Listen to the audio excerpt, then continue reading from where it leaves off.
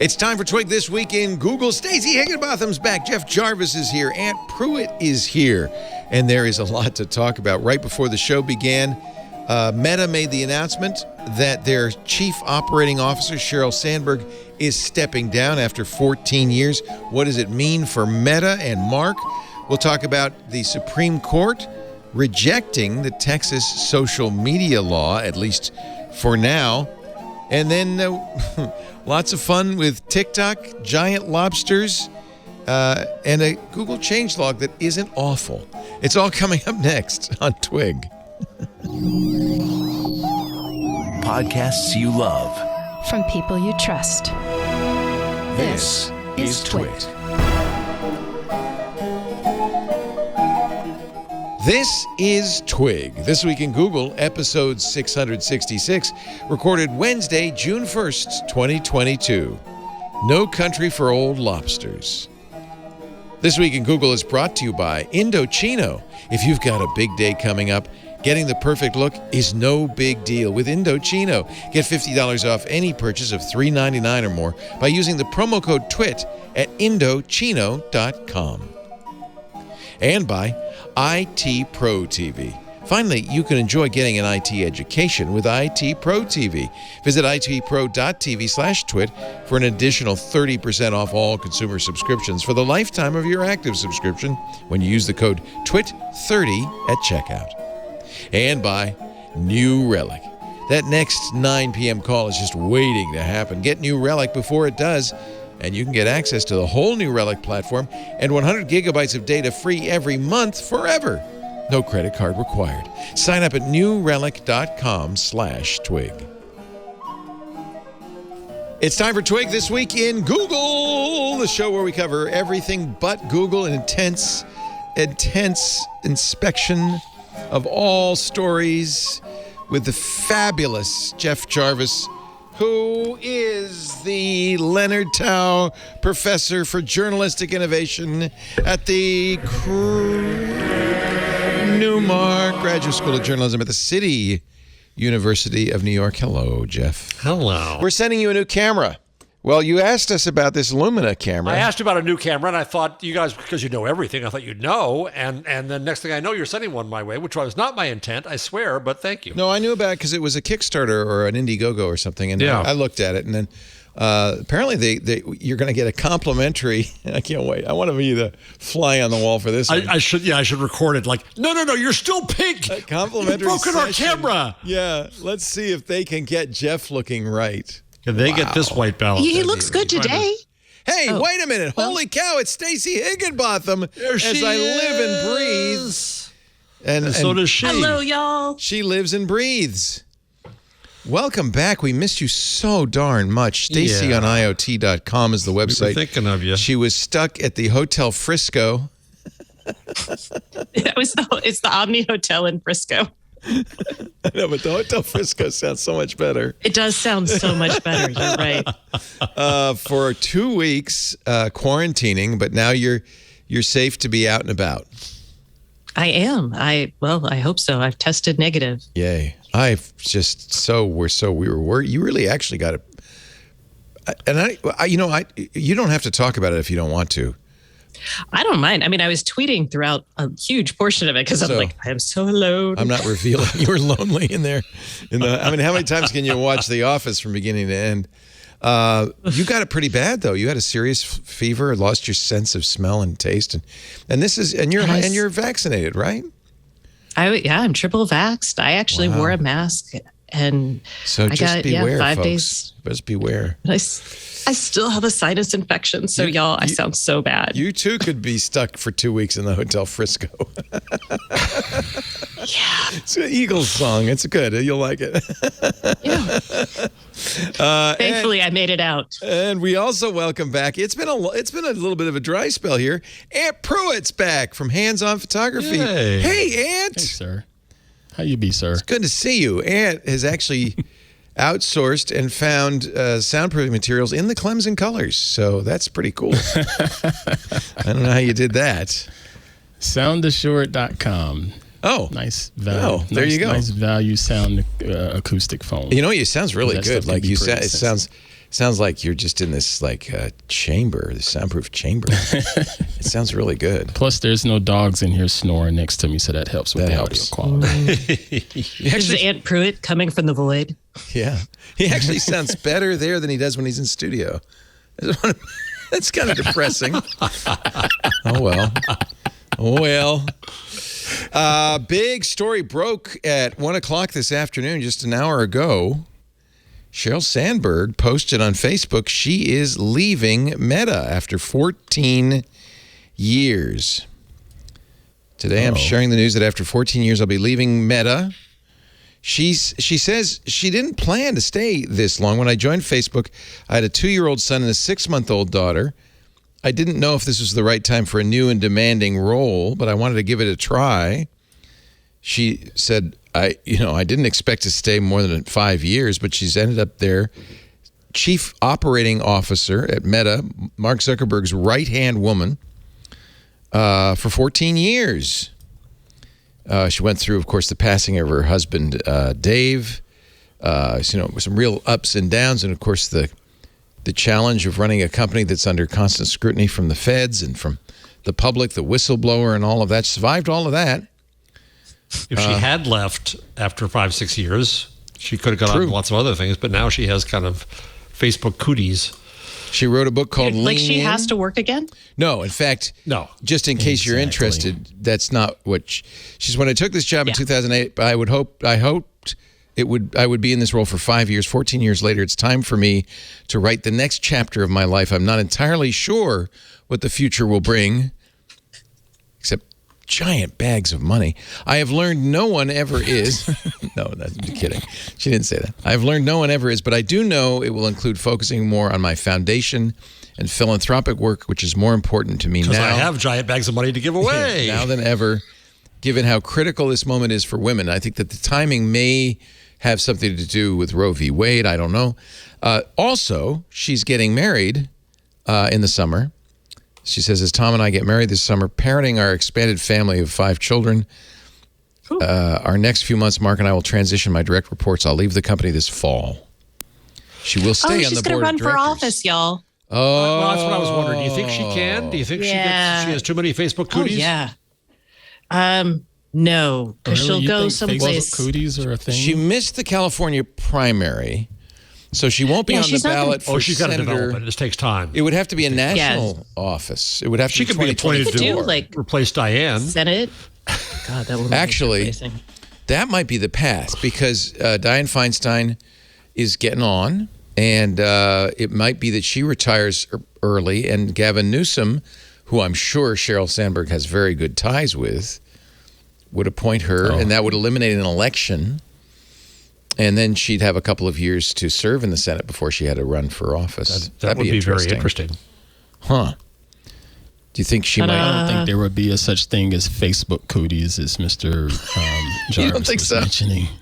No, I mean, considering how the rest of the governing bodies have been put into office here, regardless of their history and past or whatever, none of that stuff matters. It's just, can you scratch the back of the right lobbyist at the right time kind of thing. And also, name recognition is I was about to say, she has name recognition. Yeah, it's probably more important than anything, especially with women. Lean In was a very popular, very best-selling book about how women should, move forward in business and the world.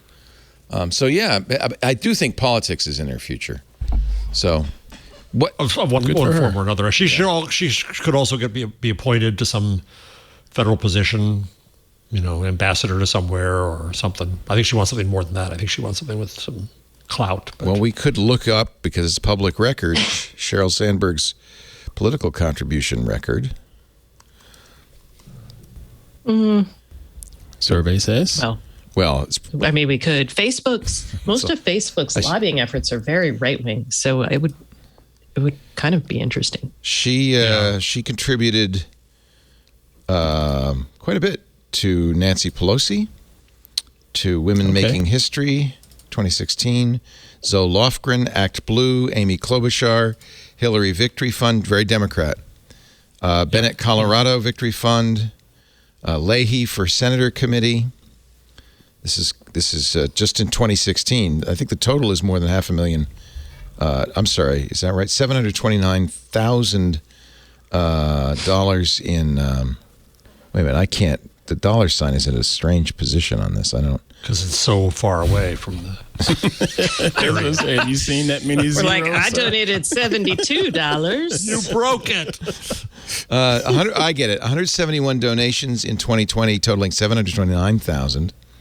2018, 425. The year before, half. So 2020, I'm curious to see what was that. Should we look at 2020s? Yeah, all right.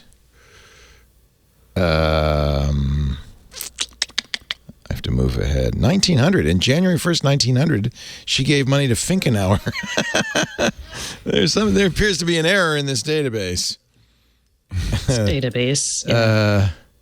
Wow. 2020. It was not adapted for Y2K. Yeah. Wow. I clicked the link.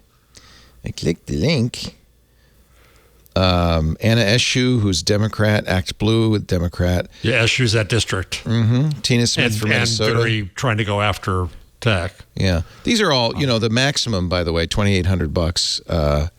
She gave the Facebook PAC some money. Nancy Pelosi. So, yeah, very much liberal. Women vote. Chris Kuntz in Delaware. So, yeah, I don't see, though, interestingly, Gavin Newsom. But maybe I'm looking in the wrong year. Federal or it's everything. This is political. This is it's all public record. I know, but is it just? Is there a separate listing for state? There's separate reporting. This all is state, so I don't. But no, this is all over the country. Let me see. No, but I'm saying these are federal offices as opposed to. Those are federal offices as opposed to state offices. I see what you're saying. So there may be separate reporting for a state office. State office, okay. I don't know. Jackie Spear, people for Ben. Anyway. Ben who? Ben and Jerry. Come on, get with it. We only need first names here. She talks about Mark throughout her post. And Tom, her fiance, who at first I thought was MySpace Tom. But it turns out. Well, who was it she was dating who got in trouble recently? But when she was trying to kill stories? What's his name? The CEO of Activision. Activision, yeah. Yeah, Kotkin. That was not meant to be. She is engaged and will marry Tom Bernthal, who's the founder of a marketing company, Kelton Global. She met through her brother-in-law, Rob. They'll have a blended family of 7. Brother-in-law being Dave's brother. Dave's brother. Wow. Her ex's, not ex, her late husband's brother. Late husband's. So that's kind of nice. That's kind of nice. So did you read Mark's post yet? No. Let's see. What does Mark say? I put it up there. It looks like a consolidation of power. He's not going to replace Sheryl. There'll be a COO, but not a Sheryl COO, a pure revenue COO. More stuff reports to Mark. Remember when Nick Clegg took over global affairs, we kind of thought, oh, this is a triumvirate. Mark runs the technical side. Sheryl runs the operations, and then Nick runs the outward-facing governmental relations. So that's interesting. Without Sheryl, he says, so it's more when Sheryl joined consolidation of power with Mark. I was only 23 years old, and I knew barely anything about running a company. Sheryl architected our ads business, hired great people, forged our management culture, taught me how to run a company. See more of Mark Zuckerberg. Try logging in or creating a new account, Leo. No. No. Look how big that is, by the way. That takes over half the page. Slap. This is for those just listening. I am reading a Facebook post, but I do not have an account. So Facebook is it's a lower third, literally a lower third of the screen. Really? Yes. Sign in, sign up. Come on, schmuck. One of the greatest legacies, the incredible team Sheryl's built. Nick Clegg is President Global Affairs. Jennifer Newstead, Chief Legal Officer. Javi, which is Javier Olivan, he runs, let's see. Business for Instagram and Facebook. Okay, yeah. He's the revenue guy. Right. Actually, he's been in the news lately with Instagram. He'll become the next COO, where he'll lead the integrated ads and business products, in addition to leading infrastructure, integrity, Just a little job. Analytics, marketing, corporate development, and growth teams. Boy, Jeez. Javi, I hope you're getting a But big he's big not raise. Sheryl. Yeah. But this role will be different from what Sheryl has done. It'll be a more traditional COO role where he'll be focused internally and operationally.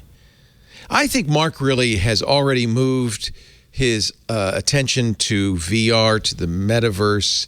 And so I really think that who's running the old legacy business is no longer that important to me, I would guess. As part of this, Molly Cutler, our VP Strategic Response, will join Javi's team and report to Naomi Gleit.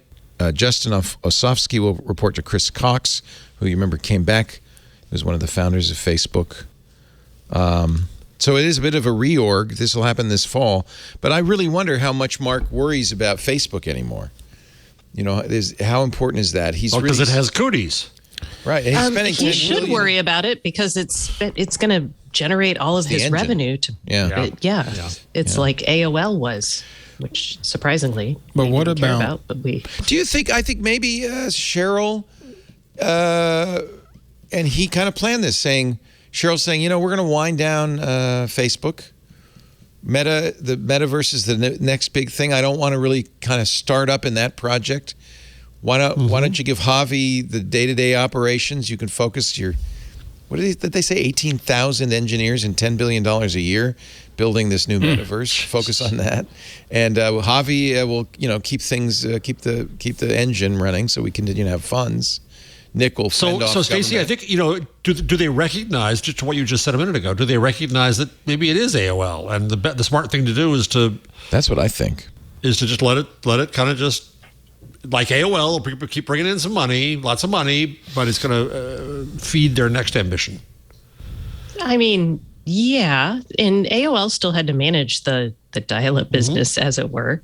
So They still do, I think, technically. My father still pays $4.95 a month to them. Oddly I'm enough. scared of canceling. Yeah. yeah. So yeah, this is it's a big change. I have to think this is not a surprise to Mark, and that this is probably something they planned, maybe even is a beginning of. Well, she stayed on the board. That's very important. She's still on the board. If you're doing something like this, she probably told him like a year ago, hey, I'm getting itchy feet. Let's figure that. I mean, when you're the CEO, or COO, when you're part of the triumvirate, you have a plan. I've always thought that Mark had political ambitions, but Sheryl makes much more sense, really. Oh yeah. Yeah. She's much more palatable than Mark. Yeah, she feels like she likes people, for instance. I'm sorry, Ann. She identifies as a person. Yes, she identifies as a person, human. And Would the operations officer deal a little bit more tightly with the general counsel? Because there's more stuff probably just out in someone's hidden news feed that says, hey, we caught so-and-so doing this on that platform. We caught this executive leaking. I think Nick Clegg does. Probably Nick Clegg runs interference with government. That's really he's his policy job. and comms. Yeah. Clegg is. But you're right. Javier would have to, keep an eye on that. Yeah, he'd have his eyes on that. But policy probably wouldn't come from him in this structure. It would come. You're right, Ant, to focus on chief counsel. What do you think? Maybe Elon Musk should buy Facebook. It would be more than 40. Elon Musk should not do anything else. He needs to take a nap. Take a nap. Lord. Like a toddler. You need to take a nap. Stacey, you missed 2 key Elon weeks, boy. Oh, man. Good. I was so glad. man. I was just like, I'm going to wake up. This is all going to be over. But it's still happening. Oh, yeah, it never ends. It's still happening. Yeah. But you saw the memo that he sent out to executives. Yes. I haven't been online for the last 10 to 12 days. What have you been doing? I can't tell you anything. How? Okay, man? Have you been in a coma? I've been watching reruns of Archer and Parks and Rec. I'm so jealous. I did my very best to disconnect because I was supposed to have been working a gig and no gig got canceled. So I said, I'm going to disconnect. I didn't even watch the show last week, even though I normally would. But I was like, I got to step away from work. And I couldn't tell you the first thing that's been really going on other than all of the violence and stuff that's been happening recently. But I don't know any of the tech news. We've been trying to avoid talking about it because It's so horrific, and it's so depressing. I notice I wake up every morning depressed. It's just so I understand. I really understand. I'm jealous that you got to unplug. Unfortunately, you don't really get to unplug, do you? That stuff follows you around. Yeah. So I worked really hard to try to disconnect these last couple of days, and I felt bad thinking, oh man, my first day back to work is the day of Twig, where I'm supposed to be reading all of this wonderful information that Mr. Howell has put into our rundown that you never even get to. You do not need to read it. I just want your deep, heartfelt reaction to anything we say. And if it's bless his heart, that's fine. This is evil episode, you know. This is the evil episode. I see. 666. I put that. Oh, yeah. Oh, my God. I'm glad I came back for this. Thank God it's not Friday the 13th. Then we'd really be. Zorgon is going to take over Leo's chair any minute. Yeah. I'm Gozar, the keymaster. Well, Elon has a message for you, Ant. Oh, boy. Remote work is no longer acceptable. This is an email sent to the entire staff. Electrek got it. Anyone who wishes to do remote work must be in the office for a minimum, and I mean minimum, of 40 hours per week or depart Tesla. This is less than we ask of factory workers. If there are particularly exceptional contributors for whom this is impossible, I will review and approve those exceptions directly. Wait, you're supposed to work 37 and a half hours. He's asking for more time than people should put in as a minimum. Moreover, the office must be a main Tesla office, not remote branch offices unrelated to your job duties. For example, being responsible for Fremont factory human relations, but having your office be in another state. Thanks, Elon. Second email, subject, to be super clear. By the way, he said, I only spend 5% of my time on Twitter. Yeah. So clearly he's got the bandwidth to be writing this. Everyone at Tesla is required to spend a minimum of 40 hours in the office per week. Well, this is kind of reiterating. The more senior you are, the more visible must be your presence. That's why I lived in the factory so much, so that those on the line could see me working alongside them and saying, is he still here? Get rid of him. If I had not done that, Tesla long ago would have gone bankrupt. There are, of course, companies that don't require this, but when was the last time they shipped a great new product? It's been a while. Who's he talking about? Oh, boy. Yeah, it has, Elon. It's been a while. It's been a while. Right, nobody has shipped a great new product in ever. Tesla has and will create and actually manufacture the most exciting and meaningful products of any company on Earth. This will not happen by phoning it in. He is scared. Scared or angry? I think he needs a nap. I think Stacy's right. Yeah. He looks like someone who is going a little unhinged. And I don't mean this lightly. No, that's serious. Yeah. And I worry about him because you're right.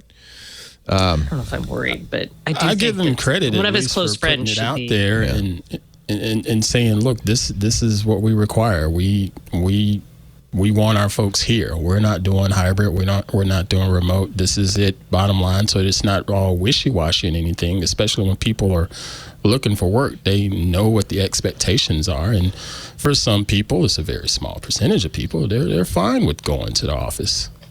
Says Ant, who's remote today. Who's at home? Good point. Oh, by the way. Yeah, just for those who are listening, that's where Ant is, just so you know. Yeah. I didn't say I was in this. No, we're very easy going here. You're never going to get a memo like that from me. And we have a 4-day work week, and we're still pretty much, hybrid. It's up to you. And Binance had a job listing. Let me see if I can find it. Because you want to work for Binance? I think it says it. I think it says it all. Here, let me see if I can find it. No, I don't. In fact, after reading this job listing, I'm afraid. I'm very afraid. Well, I'm not going to be able to find it. But it basically said, kind of what Elon just said. Really, don't think you can work here, work a 40-hour week. That's not how. That's the old Disney joke. What was that? If you don't come in on Saturday, don't bother coming in on Sunday. Yeah, exactly. Do you think that's necessary? Do you think that really makes a difference? I mean, Apple does it. Technology companies do it historically. Cheryl told a story in her post. Go ahead, Ant. It depends on leadership. There's some folks that feel like you have to have these, But is the leader right? No. If they have the proof in the pudding that says, hey, being here has been productive and allowed us to produce X product with X amount of return on investment, yada, yada, yada, then sure. But you're very generous. The generous. last 2 years give lie to that. Yeah, I think that's a fantasy. And I think there's a lot of evidence that, in fact, working that hard does not promote, better work. Or I don't think Americans with you, but really... Go ahead. I'm sorry, Miss Stacy. No, you go ahead. No, I'm saying I agree with Mr. Laporte that it's a bit of a fantasy, but at the same time, I also respect the fact that someone could say, hey, these are my values for the workplace. And, if you want to work here, we're happy to have you. But, but if you don't want these, then I completely agree. It's their right. By. Yeah. It's their right to say that. I just don't know if they are right to say that. Stacy? Right.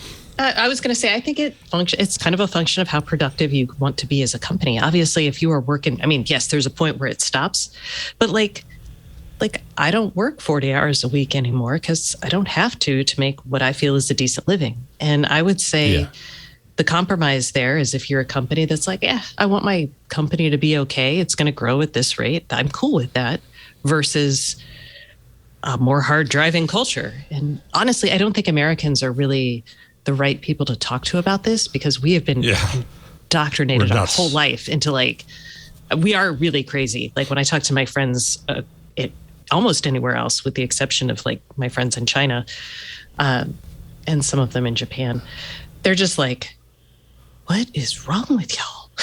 Yeah. Here's the Binance from the recruitment site about the company.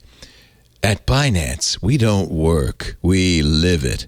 No one ever asks you to work overtime or checks if you show up late in the morning. Those concepts don't apply at Binance. We do whatever it takes to get whatever needs getting done. It ends up being a lot of overtime. We are always working. There's no off switch if you have your sleeves rolled up and ready to sweat it for the long haul and be part of a team that will help to define finance for the world tomorrow, then read on. If not, you can save you lazy bum some reading. Wow. Part of that is run. Crypto is kind of like a weird cult mentality anyway, so that kind of ties into that, worldview. I guess if you're going to get stock options and get rich, you might be willing to sacrifice your family life, your humanity, your sleep for something. You get rich, I guess. Maybe that's worth it, right? And then, for some people, it's like creating the next, creating the Mac or some great thing. But for most people, all they're doing is giving up their family life, their real life, their world, so somebody else can get rich. Right. Yeah. That's that weird American, they have a calling to do this. And, very few jobs are a job that you could say have a calling, right? But we tend to want people to work like that. I think actually at a certain point in time, it might work for a lot of people. Like when you're young and hungry and coming out, and if you're really interested in learning a lot really fast, I think that fits. But I don't think that that's how everyone would like it to be. And I think if that's the way the world were for everywhere and everyone, that would be horrible. From Isabel Asher Hamilton, writing today in Business Insider, Elon Musk said working from home during the pandemic tricked people into thinking they don't need to work hard. He's dead wrong, economists say. Working from home does not make workers less productive, according to 3 economists the Insider interviewed. The only constraint on productivity was when workers had children at home they needed to look after. There's a lot of evidence, in fact, that working at home... Here's the Natasha Postel-Vinay, an economic and financial historian at the London School of Economics. Most of the evidence shows that productivity has increased while people stayed at home. Yeah. People spent less time commuting, so they could use some of that time to work. They got to spend more time with their family and sleeping, which meant they were happier and ended up being more productive. I'm reminded, Leo, of when I last had a salaried job, and it was a really good salary, I will say. I would sit there some days, and this is really why I chose to quit. I would sit there some days and I would say, I haven't done much of anything of value to this company today. They paid me this much money today, and I didn't actually do anything because I had to sit here on my rump. Right. Because that's what we do.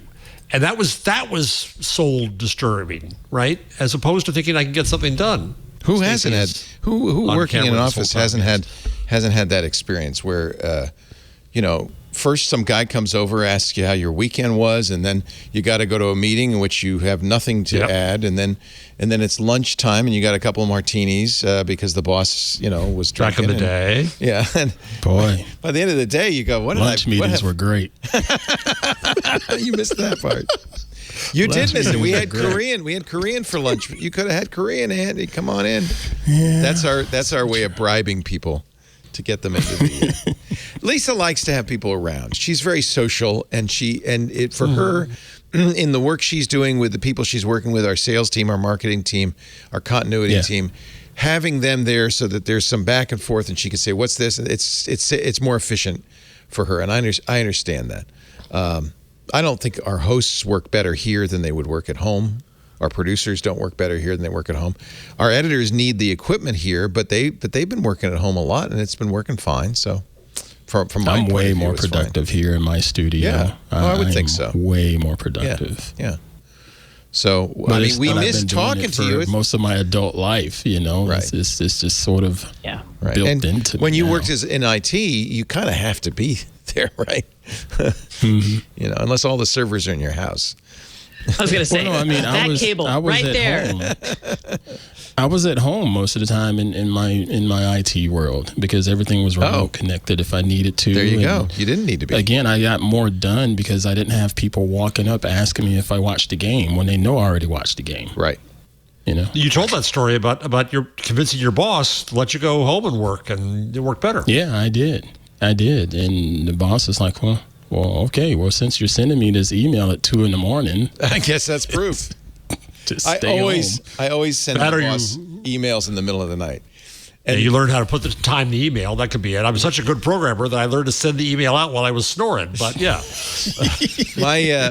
I work for iHeart doing the radio shows owned by Premiere, and my boss, who's the president of Premiere, I'm baffled. I will send her an email. I sent her an email Memorial Day at 11:48 p.m. Before midnight, she'd responded. I mean, within minutes, she responds instantly. And I'm almost now, it's almost a game. And I think that's partly because the CEO of iHeart, Bob Pittman, is kind of that kind of guy. Yeah, he is. Yeah, if you didn't, I used to work with him. Yeah, right. I sent you an email where you didn't respond. Are you What are you doing? Mogul. Sleeping. He's a mogul. There you go. Yeah, it's mogul moments. Interesting. He's one of those people who only need 4 hours of sleep and don't understand everyone else. And I love Julie. You would love Julie because she's a country. They're out of Nashville, and she's very relaxed and friendly and country, and she's just the sweetest person. And I kind of feel bad for her because I'm sure she'd like to have a mint julep about 5:30 p.m. and just relax. That's Kentucky, sir. Yeah. That's Kentucky. Oh, that's right. What do they drink in Tennessee? Oh, good old Jack Daniels. I'd like a little Lynchburg liquor, and just relax. Put my feet up on the barrel and watch the hound dog sleep. Okay. Unbutton the top button on my britches. I don't know if you've ever been to Nashville, man. No, I know it's not like that at all. I know. Nash Vegas is more like yeah, exactly. Yeah. Everybody's making it. Everybody's doing it. They go.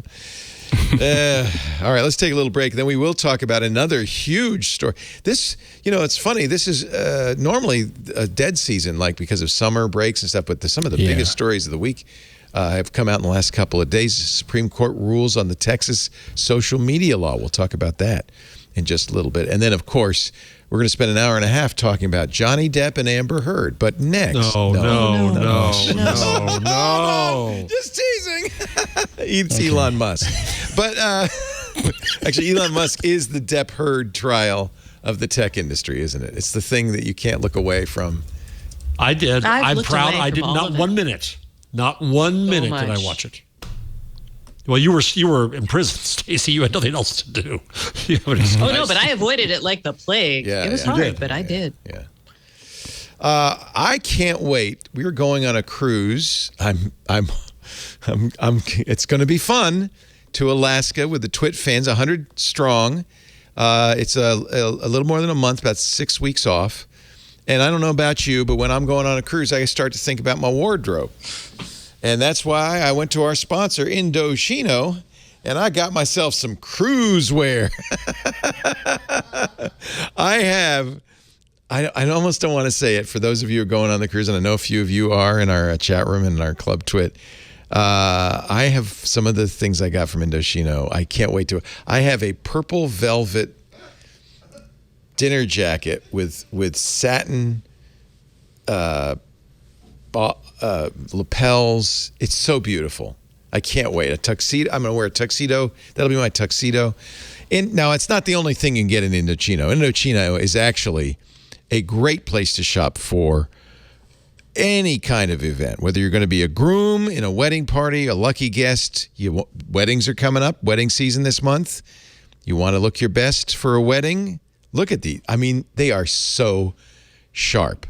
I wore a couple of weeks ago, I wore my purple silk jacket, which I found out it's just like silk, but it's actually wool, but it's just beautiful. It's silky, smooth. And here's the thing.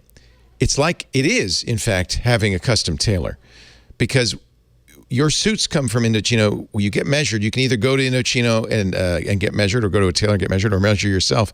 But they fit perfectly like a glove. They're tailored. It's not XL, XXL. It's not that. They're tailored perfectly for your proportions. So you look great. You feel confident. You don't have to, sometimes when you get dressed up, you feel like it's uncomfortable, like you don't belong in these clothes. You belong. When you put on your Indochino suits or jackets or shirts or pants, you feel like they belong. Every detail is perfect, customized to your desires. Suit, shirt, dinner jacket. And the prices, given that these are completely 100% custom tailored, are really good. Every suit made to your measurements. You can customize every detail. Monograms, fabrics. You can get great statement linings. And yes, they're not all purple velvet jackets. They have a whole variety of subtle looks as well. But it's nice to have a choice. Indochino suits, custom tailored, start at $429. Shirts from $79. Custom fitted shirts, casual wear. You'll get a wardrobe personalized to your taste without spending a fortune. I was gonna save this dinner jacket for the cruise, but maybe I'll break it out over the next few days because it's so beautiful. I love it so much, and they're always adding new pieces and options. So I always go back to the site. Look at that white suit. I might have to order that. Oh, and once they have your measurements, you can, of course, they guarantee it. The fit's guaranteed, so you can, if you get it and it doesn't fit, you can send it back or have it adjusted. That's not a problem. But once they get it right, which they have my exact measurements now, then you just want to go on the site and go, yeah, I want a white suit. Sure. They're always adding new stuff. You can always stay in trend. It's definitely stylish. You won't feel frumpy. They have a relaxed yet refined approach to spring suits. Their new spring pastels are coming out. Spring, summer too, and I think the fall collection is just about to come out. If you've got a big day coming up, getting the perfect look is no big deal with Indochino. Indochino. Get $50 off any purchase of $3.99 or more. Just use the promo code TWIT at Indochino.com. I love my Indochino suits. $50 off any purchase of $399 or more. Indochino.com. Promo code TWIT. You will see me wearing these in the cruise. I think I look very sharp. I'm not wearing it now. I should have worn it for today, but I wanted to surprise everybody. Indochino.com. Don't forget the offer code. TWIT. I was really surprised when the news crossed the wire yesterday that the U.S. Supreme Court halted that horrific Texas social media law. Instead of just one justice, it would have been, it could have been shadow docketed, and I think it would have been Justice Alito that could have said, no, we're not going to review this. So just to refresh your memory, Texas legislature, yes. Oh, it's a horrible bill. Texas legislature approved this. A court blocked it. Then, of course, Texas appealed. The Attorney General appealed, and the 5th District Court unblocked the block. Now, if you want to know more about why this social media law is so bad, you got to just read Mike Masnick on Tech Dirt. In fact, let me pull up some of his articles on this. Who's always so brilliant. Yeah. Stuff. It's one of those laws that essentially, well, here's his headline. Just how incredibly effed up is Texas social media content moderation law? He points out. Let me tell you. Let me tell you. He points out, for instance, remember in Buffalo, a couple of shootings ago, it's hard to keep track, I know, but the guy who did this was streaming it on Twitch. Masnick says Twitch could have been sued for taking the stream down. It opens a social network with more than 50 million average U.S. users to lawsuits by anybody for any kind of moderation. Litigator Ken White did a great thread on Twitter, which we commented on a week ago, I think, or 2 weeks ago. And I think we've probably gone through this. It was, in effect, until yesterday, when the U.S. Supreme Court actually reversed the decision of the Fifth Circuit. Jeff, were you surprised? I was surprised. I did not expect that. Yeah, I thought it was going to be Alito just saying, we'll let it be. But the decision itself and who voted which way. That was a real surprise. Yeah. I still can't figure out. I don't understand. Just to be clear, there is a trial going on. This was a preliminary injunction by a lower court saying, no. Until this is resolved, this law is not enforceable. The Fifth District said, oh, yes, it is. It's enforceable. The Supreme Court has merely said, no enforcement of this law until the case works its way through the courts. So that the law is not gone. Right now, what's happening is there will be a court case, and that will be decided. And you know what? At that point, it may go back to the Supreme Court. So it's kind of unclear exactly. Google said the measure would unconstitutionally bar platforms from removing neo-Nazi and Ku Klux Klan crap or Russian propaganda about Ukraine. Sir, was this measure brought up just because they felt the tech companies are yes screwing with freedom of speech? Yeah, and you remember the Florida law that initially exempted Disney?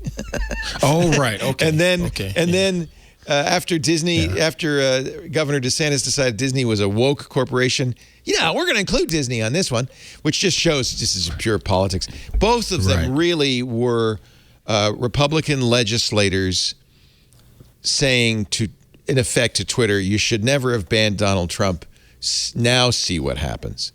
So it was really about conservative legislators saying big tech, particularly Facebook and Twitter, and actually Facebook, I don't know. I think Facebook may or may not be. It's not liable in Florida now because its net worth has gone down, but I think it's still liable in Texas. These guys are left-leaning, and they have to be held accountable for their moderation decisions. But what it really does is opens up all moderation decisions to suit. So the U.S. Supreme Court it was close. It was 5-4. Said no, we're going to block this law until it works its way through the courts. And Ari Cohn, I put in a thread, Ari Cohn says that there's also thinking that the status of the Florida law does also have impact here. So it's both together. And this also means the court is going to take this up. Ultimately, they will have to. Get treated seriously. Yeah, ultimately, I think this is in a way saying, just hold on, we're going to rule on this. But in the meanwhile, because it's clearly, at least in my opinion, and I'm not a lawyer, but Kathy Gellis, who is, felt this way too, it's unconstitutional. It's government telling a private business. Who knows what the Constitution is? Well, I know. So the dissent, the people who said, no, this law should stand, were Neil Gorsuch, Clarence Thomas, Samuel Alito, the very reliable, so far not surprising, right-wing judges, and Elena Kagan. Hers was procedural in a way that I don't understand. I haven't seen. We don't know because there was no written dissent, so we don't know their thinking. Someone was trying to speculate why it would be based on her prior, and I still don't understand it. Well, the government does order private businesses to serve citizens under like ADA and things like that. Maybe there's something like that. I'm really stretching. I don't know. It's just unknown. Let me look at Ari's thread here. It's complicated. I mean, they did a Spaces. So decision comes on the heel of the 11th Circuit's ruling Florida's law also violates the First Amendment. Yeah, I don't know. Do they consider... And by the way, that has not been appealed to the Supreme Court yet, and that's Clarence Thomas who will decide that one. The votes to grant the applications to vacate the Fifth Circuit's decision allowing enforcement of the law in favor were Justice Roberts. Okay. Breyer, you'd expect that. Sotomayor, you'd expect that. Roberts is kind of a swing, but so that's 2 liberals, the Chief Justice, and Kavanaugh and Barrett, the 2 newest Supreme Court justices. The Trumpiest of them all, yeah. There was an Alito dissent. I should say there was a dissent by Alito, but Kagan did not join that dissent, so she never talked about her reasons against. And the dissent, it says here at number 4, was ostensibly procedural. They argue that the plaintiffs, says Ari, haven't demonstrated a substantial likelihood of success on the merits because it's quite unclear whether existing law supports their challenge. So it's a hall of mirrors here. The double, triple, quadruple negatives. It's hard to figure out. Okay. Yeah. Well, so I think you're right. I think, I'm not really equipped. If Kathy were here, maybe she would be to go through this thread. But I think the issue is going to end up in the Supreme Court again. It's just got to work its way there once the courts in Florida and Texas. What's scary about the courts is the fact that this didn't get shot down once and for all at the first level of court to say this is patently ridiculously unconstitutional. Yeah, the fact that it got through the Fifth Circuit. But see, they were just ruling on the injunction. So we haven't yet heard a court rule on the law itself, actually, just the injunction. No, we have not. We'll see. Anyway, kind of a surprise from the Supreme Court. You just never know what those wacky folks in their folks black robes are going to do. Yeah, just never know. I love this moment when Leo's looking down the list thinking, what can I dare? Well, what's it going to be? Well, let me ask y'all. So we've had court decisions around, like, is it fair for, like, the president to block people? So a politician, is it okay for that person to block people on, like, Twitter or other social media sites? He's official. With something like this. Well, remember they ruled that President Trump could not block people on Twitter because he was on his feed as POTUS. Yeah, as Donald Trump he could, but as POTUS he couldn't because you can't you're supposed to listen to the people. You're using a governmental instrument. Crazy to communicate. But you're supposed to listen that to people. small detail. Yeah. That would be like blocking your phone number from calling the White House. You yes. can't do that. That's a better way to do that. Yes.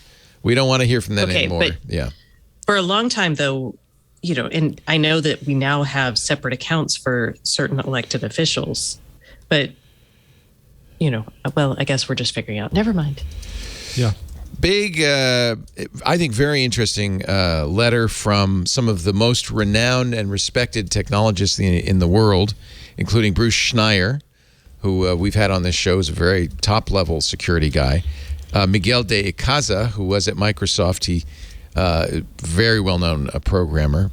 Principal engineer at Google Cloud, Kelsey Hightower, saying...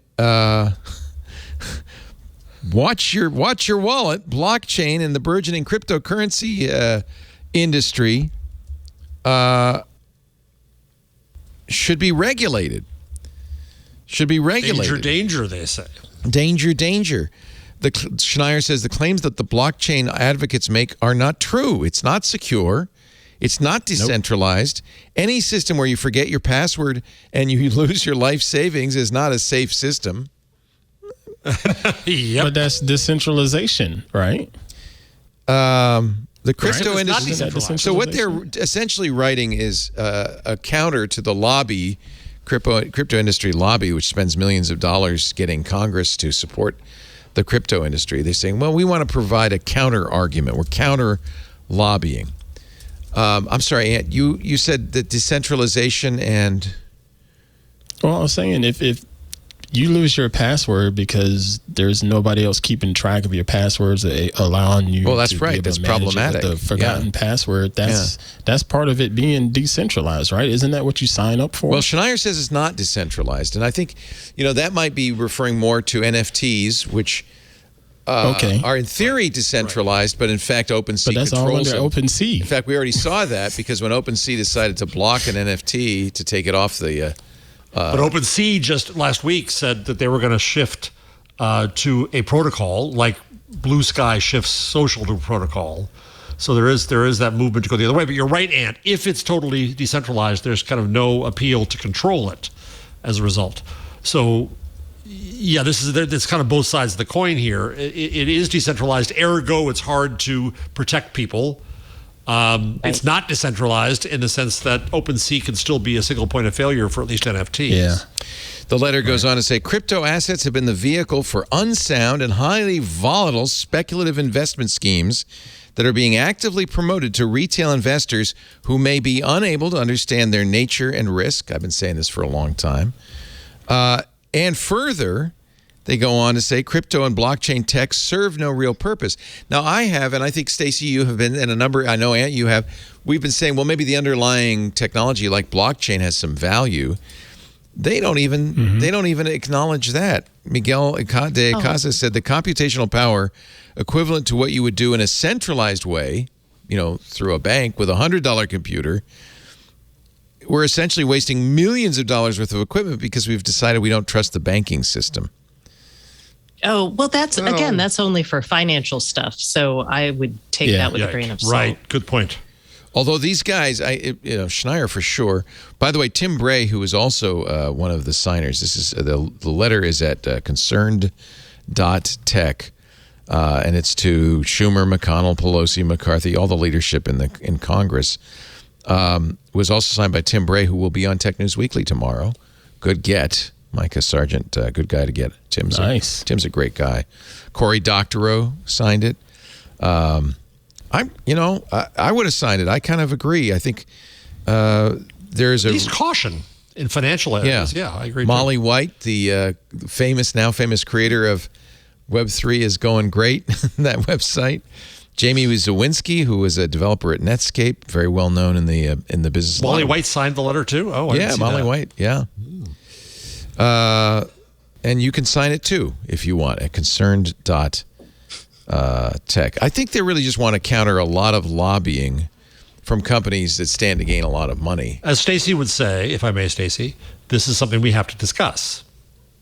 We can't just rush into it. And I'm all for let's try out the internet and see what it is. But when it comes to people's life savings, you got to be a little more deliberate. Well, and part of it is, we're a nation of people. Especially in the U.S. of get rich quick schemers. Good Lord. Yeah. So I feel like some of this feels so uniquely American and weird because of that. But yeah, you're right. Anyone saying I'm going to put my money in crypto, that's just psychotic. But it's not psychotic if, 6 months ago you said it and you were walking away with, an extra $40,000 on $40. So I sort of get it, but I'm also like, no. He says blockchain solutions are often, I'm talking about Bruce Schneier here. This is a Wired opinion piece he wrote in 2019. There's no good reason to trust blockchain technology. He said blockchain solutions are often much worse than what they replace. He says if, the interesting kinds of blockchains include, currency, a digital token. He says there are private blockchains, but they're completely uninteresting. He said they're not anything new. They're distributed append-only data structures with a list of individuals authorized to add to it. Consensus protocols have been studied in distributed systems for more than 60 years. He says the only reason to operate one is to ride on the blockchain hype. But the public blockchain, he says, is it actually good for anything? Well, it's all a matter of trust. there have been efforts to say that journalism should be there because it can't be erased then. But that's the other issue. That's part of Ann's point about being distributed. It's distributed in a way that there's stuff you might want to take down, and you can't then because it's too distributed. Yeah. Well, you remember... I think that's just knowing the trade-offs. I mean, I feel like as human beings who talk about this, we do a terrible job in politics, in media, of explaining these things. Like, this is good for this thing, but it's not good for everything. Right. He says what blockchain does is shift trust in people, in institutions, and banks, to technology. You need to trust the crypto, the protocols, the software, the computers, the network, and you need to trust them absolutely because they're often single points of failure. We've seen this lately in a lot of ways. When that trust turns out to be misplaced, and there is no recourse. If your Bitcoin exchange gets hacked, you lose all your money. If your Bitcoin wallet gets hacked, you lose all your money. If you forget your login credentials, you lose all your money. If somebody steals your into Verizon and say that I am Leo Laporte, can you please send me a text and verify? Well, that's right. You have to. But he does point out, and I think this is true, that these systems, these other non-blockchain systems, there's been a lot of work to make them secure. There's laws and regulations. There's backstops that limit risks in the case of fraud. There's anti-counterfeiting technologies. There's internet security technologies. So, and the institutions have a reputation to maintain. So, I think he makes there is no reputation to be maintained if the protection of the blockchain fails, which it keeps doing time and time again, Ant, and you got to acknowledge that. There's no recourse. Look at Seth Green. Bye-bye, Board Ape. Stuff, right? Yep, bye-bye. Right. So, but centralization, too, has problems. Centralization means you're in the control of one Elon Musk or one Mark Zuckerberg. Centralization means that you can be controlled by the Chinese government. There's no ideal here. Jack Dorsey tweeted a few weeks ago, right before the announcement of the Musk efforts, that centralized identity was a mistake and he felt responsible for it. And that's I think, blue sky. And so we got to find middle grounds. And I think Stacey's exactly right. It depends on the use. One is good for one, and one is good for the other. I still stand by NFTs being cool for artists to be able to get paid. I just think if you want to get paid, sell something, ask somebody to donate you money. I don't know that Patreon. You need the NFT. I don't know what the NFT You don't need the NFT, but what I'm saying is it's nice knowing that there is another option out there beyond the world of PayPal, beyond the world of, hey, buy prints from antpruitt.com/prints. But unfortunately, there's scammers out there that sort of screwed all of that up, and there's people out there that's making these 8-bit pieces of art and selling them for $1 gazillion for whatever reason that I've never really agreed with. But then there's the other end of the spectrum of someone like Elise Swopes, who's made some just beautiful art using her phone, and she's made a nice chunk of change off of it, and she continues to just do it and get paid and not really be all scammy about it, I would submit that if somebody donates to you through an NFT, that their chief interest is not your art. Their chief interest is speculation on your art. And if they really loved your art, they would buy your art, or they would donate to you with a Patreon or something like that, and you could do fine. Mm-hmm. If the only way you're selling your art is through an NFT, then that's because people think it's going to be valuable. I mean, it's true of fine art as well. That's how. That's how the art market got famous and rich and died. But anyway, I think that. I think it's an important discussion. Honestly, these are people I respect to the nth degree, confirming my bias, which I've had has changed. My views on this have changed as I've watched this kind of fall apart. But let's even say Bitcoin, though. I mean, if you're in the United States and you got family back in Colombia, if you had to go through Western Union, you lost a huge amount of money to that. You could now transfer money from dollars to Bitcoin to pesos for next to nothing. Not at all. There Wait are a minute, other Jeff. uses. All I'm saying is there are other uses. Not at all. It costs you far more than Western Union. It does. The gas fees are astronomical. That's right. It does now. It didn't in the beginning, but it does now. And it's much slower. It's unpredictably slow unless you pay a lot of money for the gas fees. Yeah. And finally, the risk of getting ripped off is exorbitant. very Yes. high. The risk of it being volatile while you're doing that even is bad. All I'm saying is, well, and you also look at. Oh, go on. Just all I'm saying, it is worth exploring alternatives to the present fiat currency system. I'm not against that. I'm just not saying that blockchain gravy makes all meatloaf taste good. Sorry, Stacey. Right. And I would say that anytime you explore alternatives to the current status quo, be it blockchain, be it some magical sticker-based economy that, a bunch of 7-year-olds come up with, if it catches on, the powers that be will seek to capitalize on it for their own benefit. And because they have attention, they have money, they have lobbying power, they will be able to do it. And I mean, I've never bought into this like decentralization equals automatic good and automatic to the power to the people. And I think a lot of people did, and they looked at it uncritically for things. Mm-hmm. And that's why I appreciate this letter. I don't know. Yeah. The only thing I think the blockchain is good for is automated contracts for like machine to machine, but that's just me. Yeah. There's uses of it. It's a clever technology, but it doesn't bring a determinism either way. Unless you're Madison Cawthorn. Oh, I don't want to do that story. So somebody in the chat room is pointing out that Lightning is a free way to do Bitcoin. And that's true. There is a Lightning network and Cash App is using it. Yeah. But that's called re-centralizing. Mm-hmm. Right. Well, and that's the problem. You've got to make it easy for people. That's not now. That's one of the trade-offs. Right. Yes. Suddenly you are reliant on a third party. Mm-hmm. So I think when Cory Doctorow was on, we were talking about the idea of putting your car repair information on a blockchain so that when you bought a car, you would know exactly what it had been through. And he said, how is that any better than the system we have? It requires whoever does the repairs to do it. If they don't, it's still not there.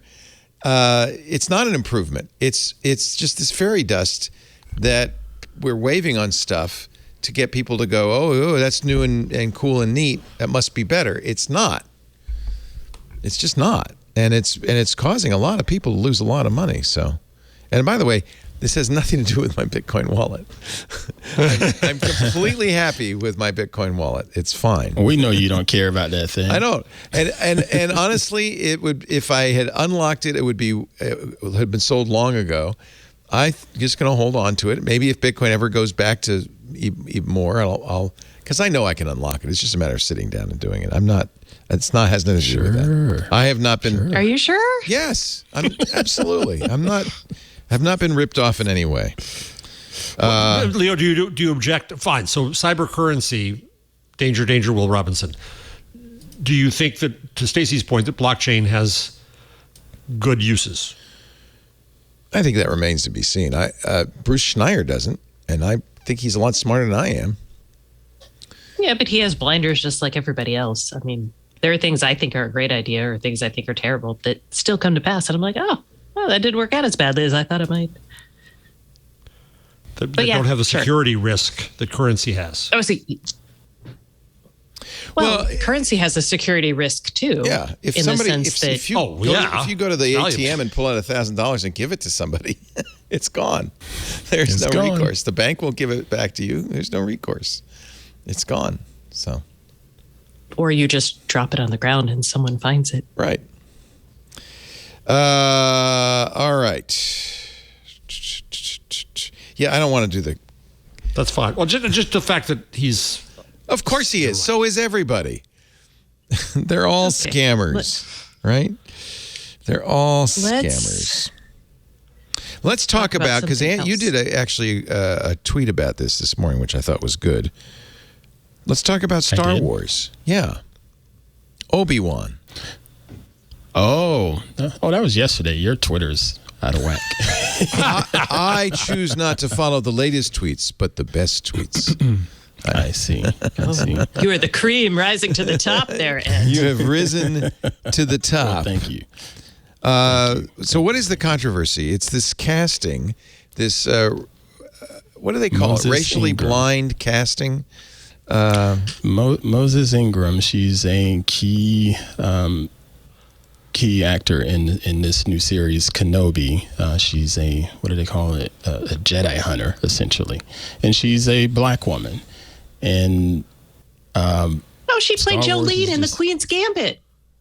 Well, there you go. Yeah. Okay. Oh, she was in Queen's Gambit. She was the black best friend from the orphanage who everybody loved. Oh, I loved her in that. I totally forgot about that. That was I loved her too. Yeah. I was looking at her face and I'm like, that woman is familiar. So she's been getting a lot of backlash. People sliding into her DMs. Star Wars fans, quote Star Wars fans, and just attacking her and basically telling her how horrible she's been for that role and she shouldn't have been there, no talent, blah, blah, blah, blah, blah, and racist this and racist it was that. more about her being a black person in a role that they thought should be white. Should have been somebody else, a white person. So one of my friends, she brought it up. She says, it's the typical equation of she's a woman and she's a black woman and she's already got those chips stacked up against her. Yep. But it's unfortunate, but she's killing this role. I mean, she's absolutely crushing this role. But I feel like Star Wars has then come back and said, you know what? We are behind her. And if you want to be a racist, don't be a racist. We got 20 million different species out there, something along those lines in those tweets. And I appreciate the fact that they stood up for her and publicly made a statement about, hey, we back her up. And Ewan McGregor, he went online and did a video as well and said, hey, I got her back too. So screw the rest of you racist folks. Star Wars tweeted, there are more than 20 that million sentient species in the Star Wars galaxy. Don't choose to be a racist. I think that's fair. That's fair. Great line. Well, it's unique because after, what was the movie with it's the only Star Wars movie I really thought was awesome. The one with Kelly Tran and John Boyega. Oh, that was good. It was really. Oh, you're going to get in trouble here, Stacey. I know. But Stacey, go to Stacey. Stacey, not us, Stacey. Disney did not. I mean, John Boyega, is that how I say his name? I don't know. He actually said that he felt like Disney didn't stand up for him against all this. So apparently Disney's like, oh, well, we can't do this a third time. I mean, right. Yeah. And you know what? That other Star Wars was amazing. And then they did the third episode of it. And they were like, yeah, we're going to take all that goodness we threw out away because everybody complained so much, those old Star Wars where people. is Kelly? So Kelly Tran's gone. They haven't done any more with her? Or him? Didn't she I can't die? remember his name. Yeah, maybe she dies in it. I don't know. Good question. I don't watch Star Wars that intently. Anyway, well, good for them for standing up for her. That was part of my, I need to step away from online. I kind of got that feeling when I saw you. All right, I'm at it. Well, you like this. Hashtag Swedengate trending on Twitter right now. It turns out Swedish people, as a rule, don't serve food to guests. I asked a friend about this, and she told me that was totally true. And I just was like, Are you serious? I'm trying to imagine the situation. Well, and apparently some households in Sweden, when you would, and I think it's mostly kids, I guess, they'd be playing over at their friend's house and the family would eat dinner, but they wouldn't invite the friend. The friend would stay up in the playroom or somebody's room. Oh, that's just rude. The family would eat and send it back. Well, I asked my friend about this, and she's like, she grew up in Sweden, and she's like, yeah, if you spent the night at someone's house, even in the morning for breakfast, your friend would go down and have eggs or cereal or something, and you would just be up in their room. And I'm like, did you pack your own snack? I mean, this is an article in the Independent by Linda Johansson. She says, as a child growing up in Gothenburg, I remember not really caring at all that I wasn't being fed. I just kept playing and had a nice quiet time while the other family had their dinner. Is because they didn't want to mess up my family's plans. They figured, well, your family probably going to feed you dinner, so you don't have to eat dinner with us. It's just cultural. It's just cultural. I got to tell you. Did you get the map? No, that's just weird. Is that how they do it in South Kakalaki? I've been in similar situations in my little black communities in South Kakalaki, and the parents would literally come to the door. Hey, y'all come eat. Well, Aunt, I don't know what your mom or your grandmother is doing, so you just because my mom or my grandmother would fuss about food being wasted. That's fair. Because we know your parents are going to feed you, so go home. or did you see the map, Leo? Call your mother or call your grandmother and see if it's okay that you eat. Oh, there you go. I like that. Well, yeah, I got like too. that. Yeah. But you'd invite you'd be like, you come down and you'd be like, hey, Mom, can so-and-so stay for dinner? And she'd be like, sure. Or no, we don't have enough. I mean, that was totally a legit thing to do. But then you go up and you're like, all right, you got to go home for dinner. Yeah. You didn't leave them sitting upstairs. That's pretty funny. So I put the map. They left me sitting outside a time or two with the baseball or the basketball. Yeah, I could actually remember that. Yeah. I didn't even grow up in Sweden. All right, where's the map? What line? So the bottom of other in the rundown is somebody did a map about this as to what usually happens. So all of Scandinavia, including Denmark and Iceland, is no food for you. Get your own lutefisk. What? As somebody said on Twitter. What? So, whereas, the red ones are very unlikely to give you food. Sweden's in there. The pink ones are unlikely to give you food. The blue ones are usually yes. But notice it's the southern Europe where they're almost always. In Italy and Spain, they're going to make you eat. They're going to make you. I don't care if you've got dinner waiting for you. You're eating now. So it might really have more to do with climate. I don't know. It's culture. It's culture. I guess. I can't imagine eating in front of someone and not offering them food. That is just... I just can, but weird. I'm selfish, so... I'm telling you, the warmer the climate, the more likely you'll be fed. So in Texas, you're going to be fed.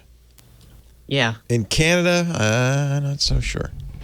What is it? Canadians. Well, maybe. We have a lot of Canadians. Maybe. Canadians in the chat room. Canadians in Club Twit.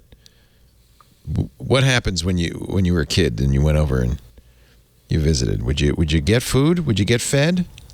It's probably a kindly worded debate. So food never happened.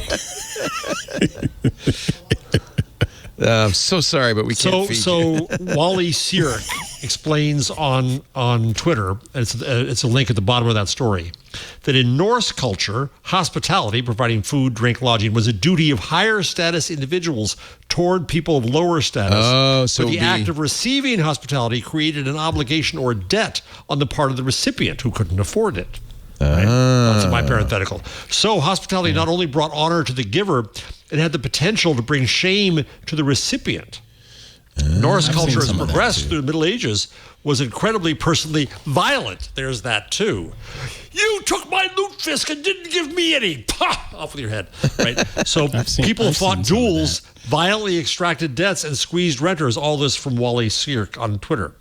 One of the challenges of the Protestant church in Scandinavia post 30 Years' War was to create a culture that tamped down on personal violence. Because as somebody said to me some time ago, I read something that said, Sweden, ransacked all of Europe, and today they're Sweden. So people change. So they tried to change the culture. But the root of a lot of impersonal violence was the competition for status and extraction of payment. That's really interesting, isn't it? So in a way, it would be implying that I am higher status than you to invite you to eat. I give you food. Well, that's You're probably true, too 'cause poor I to have- eat. Yeah. When I was growing up, I would have friends who, like, my parents tracked who I ate, because like as a kid, you don't necessarily know, but they had a definite reciprocity thing that we owe somebody other now, friends right. of mine. Oh, yes. So that's interesting. But like my friends who, like, I had a friend who was Filipino, and God help us, we could not go to that house without, like, there was food always. I'm telling you, it's climate. So this is another great tweet here from him. The church, with the framing of early Protestant humanists, began to promote the ideal of the free member of society, owing no one and owed nothing. If the culture could get rid of the interactions that caused friction, people could live more peaceful lives. So you're proud, and we're going to you go have your dinner at your place, because I it's cultural. It's fine. It is cultural. Meanwhile, Tim Hortons. Thought Canada was cool. Well, they did get caught by Canadian Watchdogs. Tim Hortons app tracked people illegally, according to Canadian Watchdogs. The app would show where users lived, where they worked, and the probe showed no legitimate reason for the tracking. The company was told today to shut off that capability after an investigation by federal and provincial authorities. Found that Tim Hortons app misled many users to believe information would only be accessed when the app was in use. Nope. As long as the device was on, the app was continually collecting location data. The app used location data. It generated an event every time users entered or left a Tim Hortons competitor. Whoa. A major sports event or their home or workplace. Timmy. This first came to light 2 years ago in a story by the Financial Post. It took a while for the government, the wheels to turn, but Tim Hortons continued to collect vast amounts of location data for a year after shelving plans to use it for targeted advertising. So they weren't even going to use it for targeted advertising. Tim Hortons. Did they? Oh, go on. What did they? I was like, what did they say as to why they were doing this? They say, "Oh, sorry, we'll implement the recommendations in the report right away."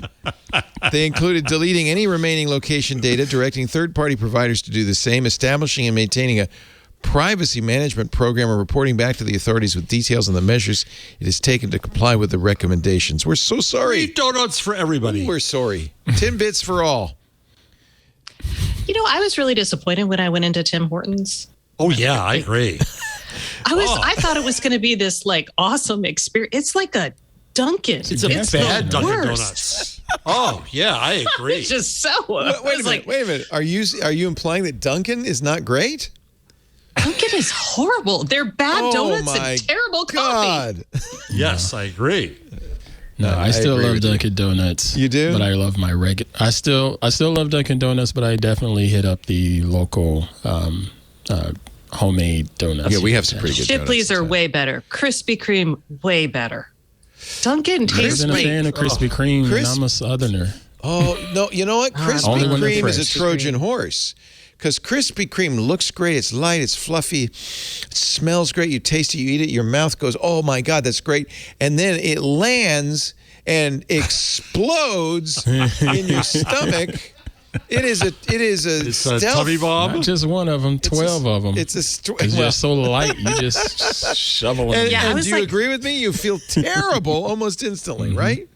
Almost instantly. I feel if you only eat one or two, it's okay. Now, I used to eat 6, and then suddenly I'd be like, oh, man, sugar high, what the hell? But then I'd be better, and I'd be like, oh, I shouldn't do that. I'll always remember you, Stacy, as the woman who taught me what meat sweats meant. Please put that in my obituary. I watched that. That was a great moment. Yes. Well, if I get the honor of doing your eulogy, I will in fact tell that story. I promise. There we go. No, there's no brisket in heaven. There's none. All right. Let me take a break. I think timing wise, this would be a good time to pause. And then Jeff is going to tell me all the TikTok stories. Sure. Including one of I put together a Maine little lobsterman. Wow. I also put together a little a trio of stories about celebrating identity on the net, which I liked. That sounds good. That's still to come. And we can't call it Fang anymore. It's Mang. Wait, what? They've mangled Fang. Mangled Fang on us. Well, it used to be Facebook, Amazon, Apple, Netflix, and Google. Fang. But Facebook is changing its stock ticker to Meta. All right. So now it's Mang. Surprise. I don't know. Yeah. What are you going to do? Now that Cheryl's gone, it's all gone to hell.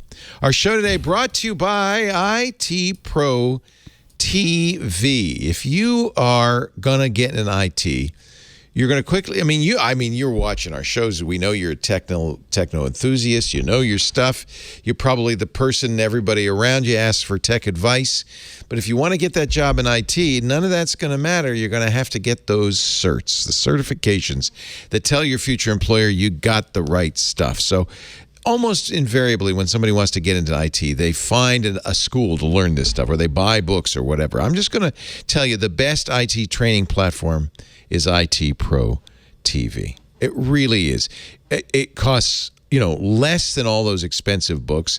The training is so much better. It's up to date. Instead of sitting in a classroom listening to somebody who hasn't, booted a hard drive in years, you're actually going to get really, really good trainers who are experts in the business, who are really good at explaining it, whose passion communicates. They call them edutainers for a reason. They make it fun. The best possible IT training. Plus, it's always up to date. IT Pro TV has 7 studios running all day, Monday through Friday, recording new content. You got to do that. The tests change, the software changes. There's always new material. That's why you get the most up-to-date, best possible IT training and certs with IT Pro TV. And best of all, you could do it on your own schedule. You could do it in little chunks if you want. All the episodes are in 20 to 30-minute segments. They have practice exams you can take before you take the test. That's very helpful. Virtual labs. You don't even have to have a Windows server. You just use your browser and set up a Windows server and clients and all that in the browser. And 5,800 hours of on-demand IT training that's always up to date. Always up to date. One reviewer said, the most engaging hosts I've ever watched. I highly recommend IT Pro TV, not only to IT professionals, but to people who have an interest in IT but don't know where to start. Very educational and entertaining. People like Ronnie Wong, so great, so fun. Tim and Don, they're just great. Don Pizzette is a fantastic, enthusiastic, knowledgeable guy. I love Adam. They're all so good. Check out some of the newest courses. CompT is A+ Core 1 and 2 series. A+ is often the first series, the first cert you get. And they have the best CompTIA training. Their A+ Core 1 and Core 2 series are designed for professionals who do the, core technologies, security, networking, virtualization. And as you probably know, if you've tried to get a job or you have a job in IT, that A+ cert is an industry standard for launching IT careers in today's digital world. There is no better way, more entertaining, more accurate, more up-to-date, faster than doing it at IT Pro TV. You'll learn about hardware, operating systems, networking, security, troubleshooting, and you can take the test before you take the test, so you'll know I got what it takes, or I better study some more. Coming up June 11th and 12th, their free project management weekend. Head to the website to get free courses and more information on a different side of IT. So if you're already in IT, this is a great skill to have. June 11th and 12th, free project management weekend. There are also 2 free live webinars this month for you to check out. Anybody could check these out. All things cybersecurity, hacking your way into the field with Daniel Lowry and Zach Hill, 2 of their best trainers. I love that. That's Thursday, June 16th, 2 p.m. Eastern. And speaking of project management, the future of project management with Chris Ward and Kelly Mack. That's Thursday, June 23rd at 2 p.m. Eastern. And if you've got a team, IT Pro TV's business plan is great for keeping that team up to date in IT. Visit itpro.tv/twit for an additional 30% off all consumer subscriptions for the lifetime of your active subscription. Just use the code TWIT30. itpro.tv/twit. Offer code TWIT30 for an additional 30% off for the lifetime of your active subscription.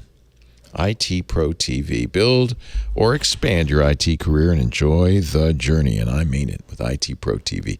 itpro.tv/twit. Ant, did you go see Top Gun?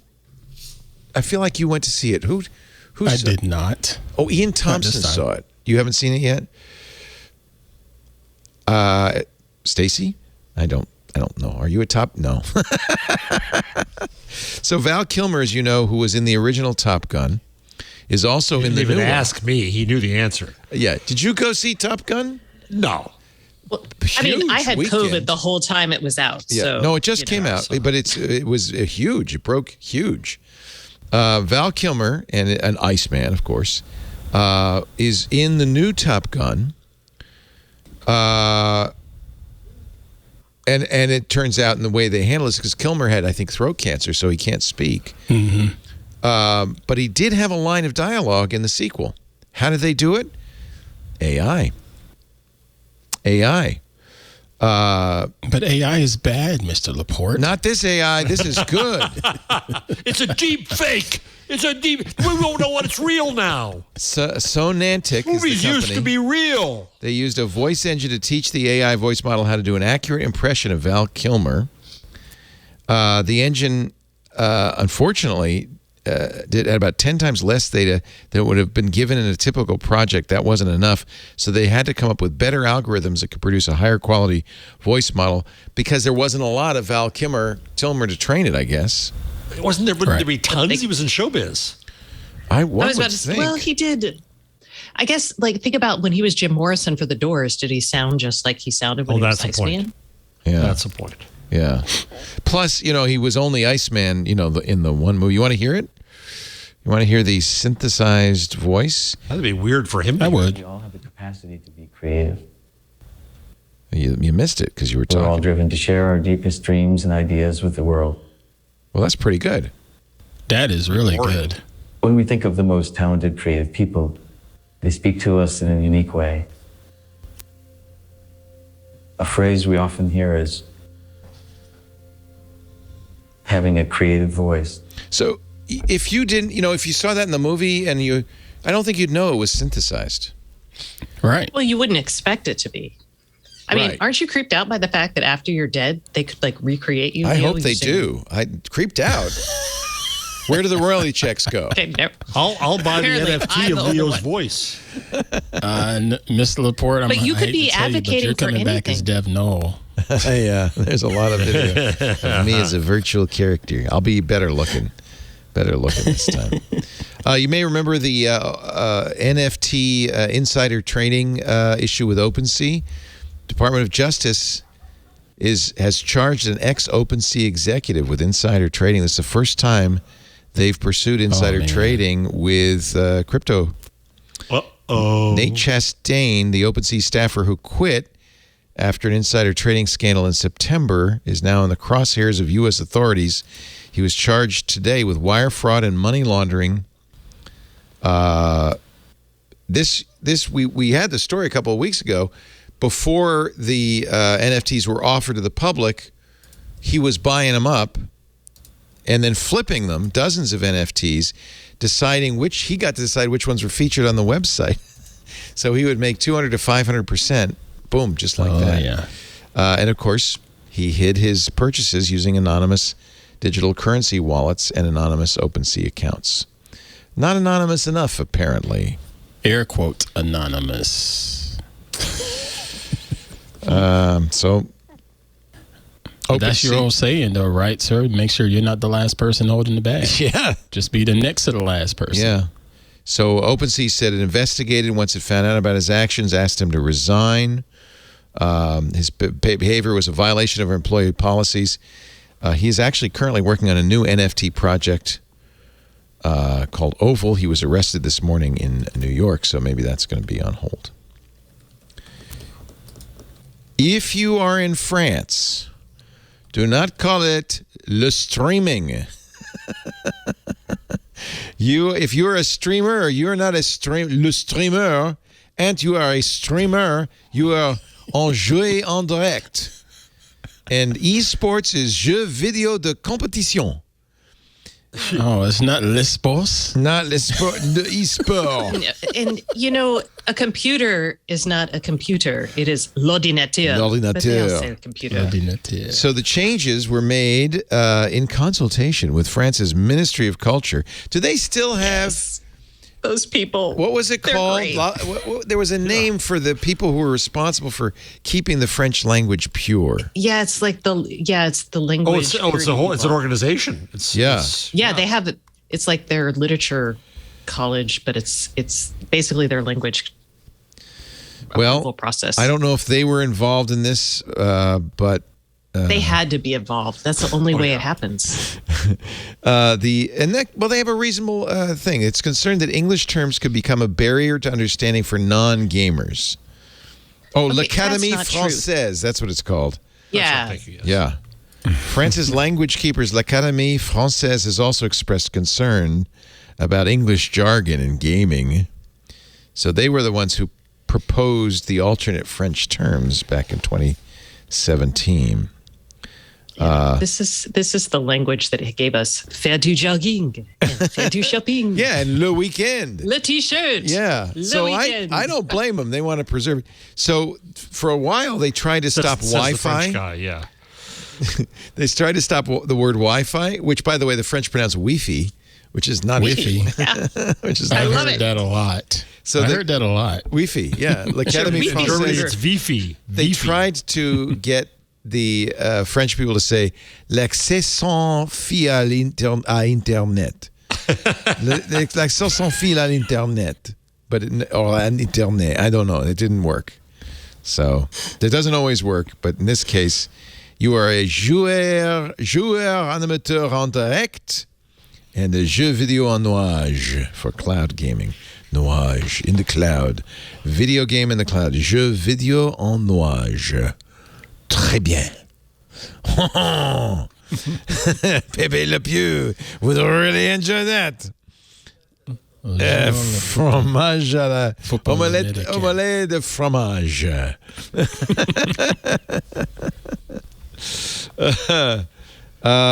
Did we do this story? No, I guess we did it on Sunday.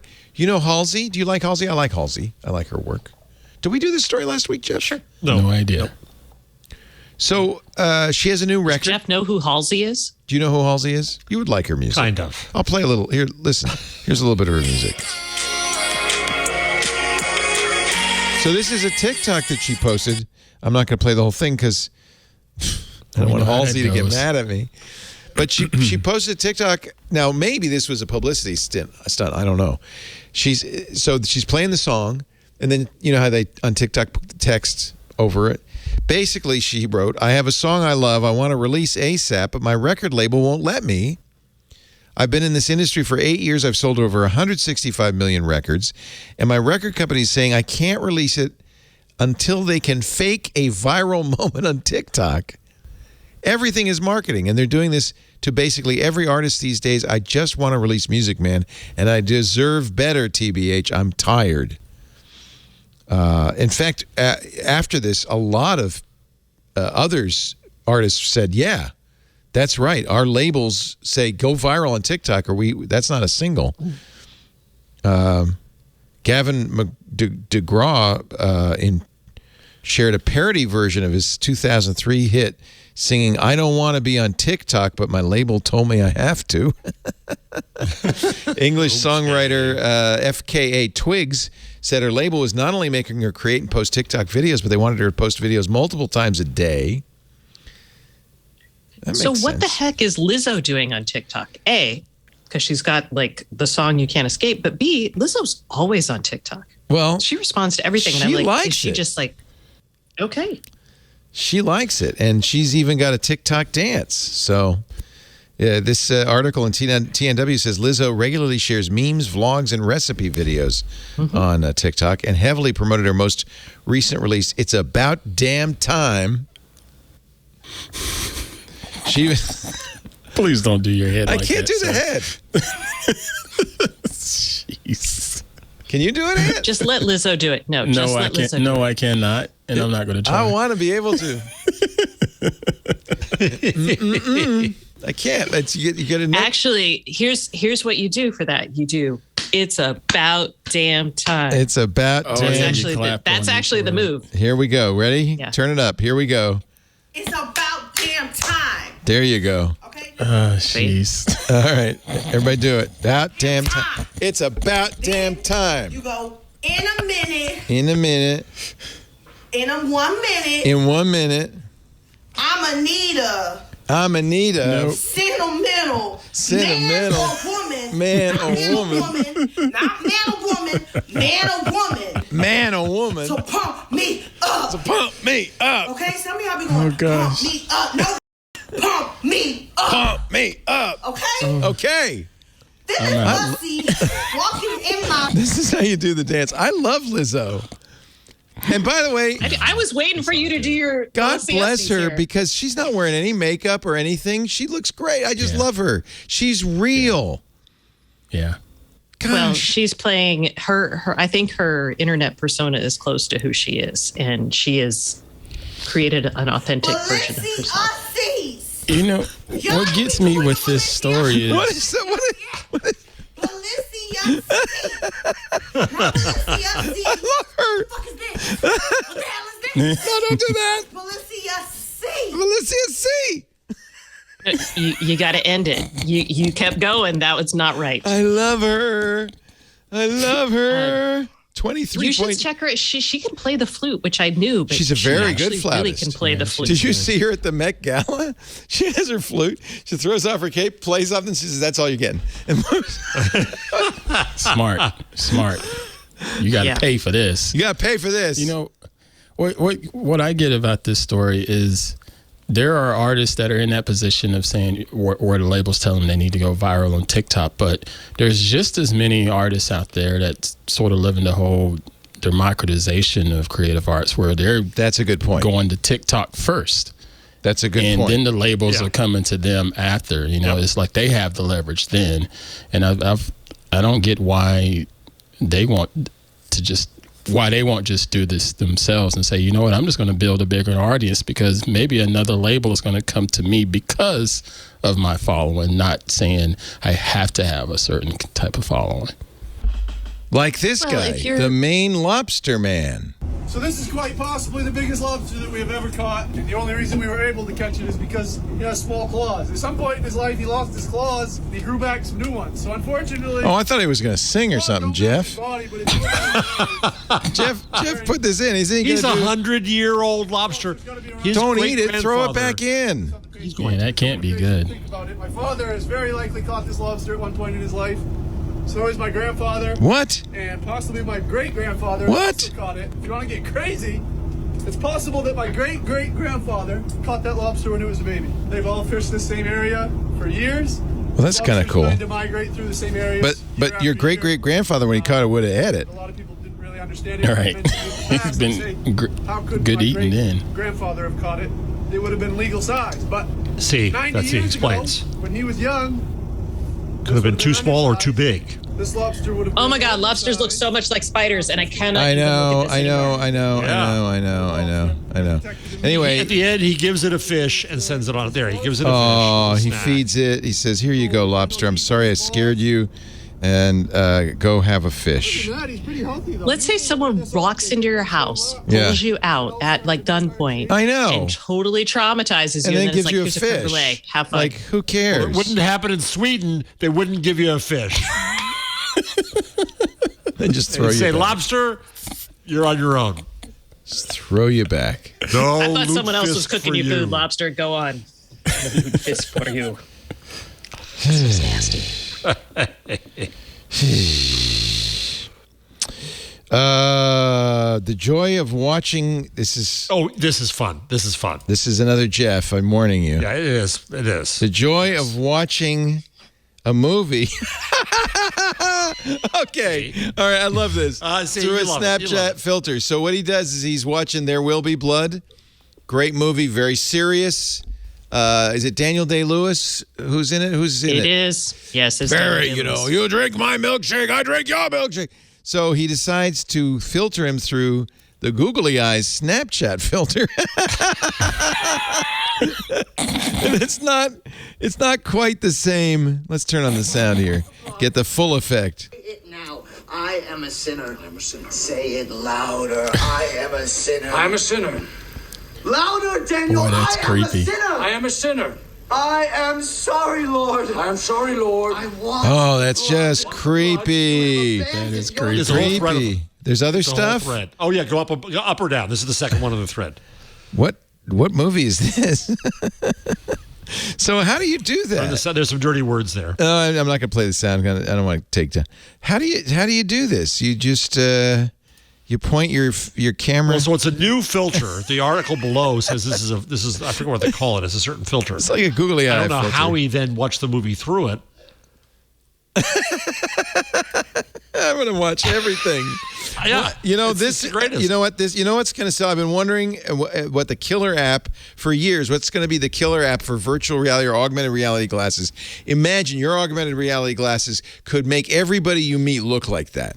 Yeah. As you're walking down the street. Oh, hi, Aunt. Life will be either way more fun or way more creepy. Oh yeah. Wow. So what's the name of that filter? Because I want to. It's the next line below. It's called the. I should have remembered that. It looks like it's a. Here's the good. Here's the good, the bad, and the ugly. Eli Wallach and Clint Eastwood. That may be the best. I don't know how to describe this. Cue the ecstasy of gold. Sorry, audio people. So we gotta put up a. How do I do this filter? Well, hold on. What does it say there? Well, let me see here. What's the name of the filter? So, it's called the Shook. Shook. Okay, let me see if I can cast this. Oh, I found it. Okay. Hey, kids! I gotta airplay this. Oh, that's amazing. Oh, no. Do you see it now? Do you see me now? Yeah, there you are. I look like Gary Vaynerchuk. Oh my God. Oh no. So not good. Okay, let's see what. Oh, jeez. Let's see what Jarvis looks like. Actually, that's something we can do here. Let's see what. See Jeff Jarvis. Hey, Jeff. Wait a minute, Stacy. Super disturbing. Oh. There. Oh, that's more. Oh, like there we go. That's more like it. Oh. I was like, I have a wig like that. So I think with the hayseed coming out of your mouth, but I don't know where Shook is. Oh, look at that. Oh. Wait a minute. Wait, Let's see if it can fix Jeff. No, it can't help you at all. No. It doesn't help you at all. There's no help for him. He's kind of pretty. Oh, well, no, that got better. He's kind of pretty. All right, Looks Ann, like I have frequency to get separation. Oh wow. Dude, I look Asian. Smooth. Very different. I almost looked like Filipino, like Joe Coy. There you go. That's your kakalaki. That's it right there. With the hayseed, I tell you what.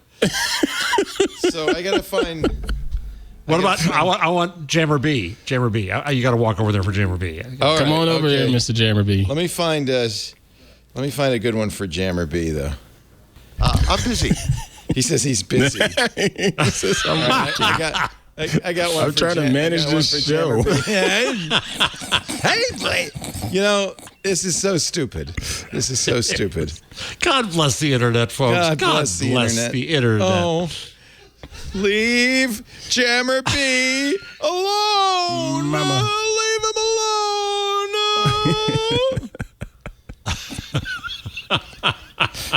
I just can't find Stacy says, I got off my sick bed for this. I can't. I want to find the snooked one.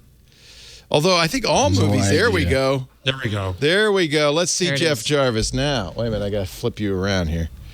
Let's see Jeff Jarvis now. Oh boy. Oh my. That is that's the inner Jeff channeling right through that one. This is so childish. It's like seriously disturbing. This is so childish. Who knew? Oh gosh. Run. Oh God, it gives you chins. Run. Oh, my. That was worse than the spider lobster. Okay. See, thank you, TikTok, for showing us Thank that. you, TikTok, and thank you, Snapchat. Right. Thank you, Internet. Yes. See, the bad guys want to shut this all down. Mr. Jarvis, I've been sharing to TikTok more often. Have you noticed that? Have you? Yay. What do you put on there? Just random the same stuff that I would sort of put on Instagram Reels. I just put it on TikTok. Once again, it means nothing to follow you. You and Salt Hank, I don't see. Yeah, it's all imaginary following. Right. You just have to search for them, basically. Oh, you're putting a lot of stuff up there. A lot of stuff up there. Are you singing and dancing, Ant? That would be no. Ant Pruitt the musical. Well, I've just been noticing some weird activity with Instagram, so I said I'm going to start checking out TikTok to see if I get the same type of performance, because I'm looking at analytics. Not that I'm a Salt Hank or anything, but I only have like 100 or so followers on TikTok, and I'll get 300-400 different views. Oh, this is the Niners TikTok. One. Yeah. Well, versus Instagram, it's like my stuff is barely getting seen. Everybody loves a dog. 1,200 views on that one. What's your handle again? It's Ant_Pruitt. Right. Yes, sir. There you are. Oh, I thought I already followed. I didn't follow you. I follow you now. Okay. But I've been playing with it just to see how it's going to pan out from an analytics standpoint, because it seems like Instagram, they're doing changes with how they're trying to prioritize things. So they want you to do more reels. And then I saw that, what's his name, Masori?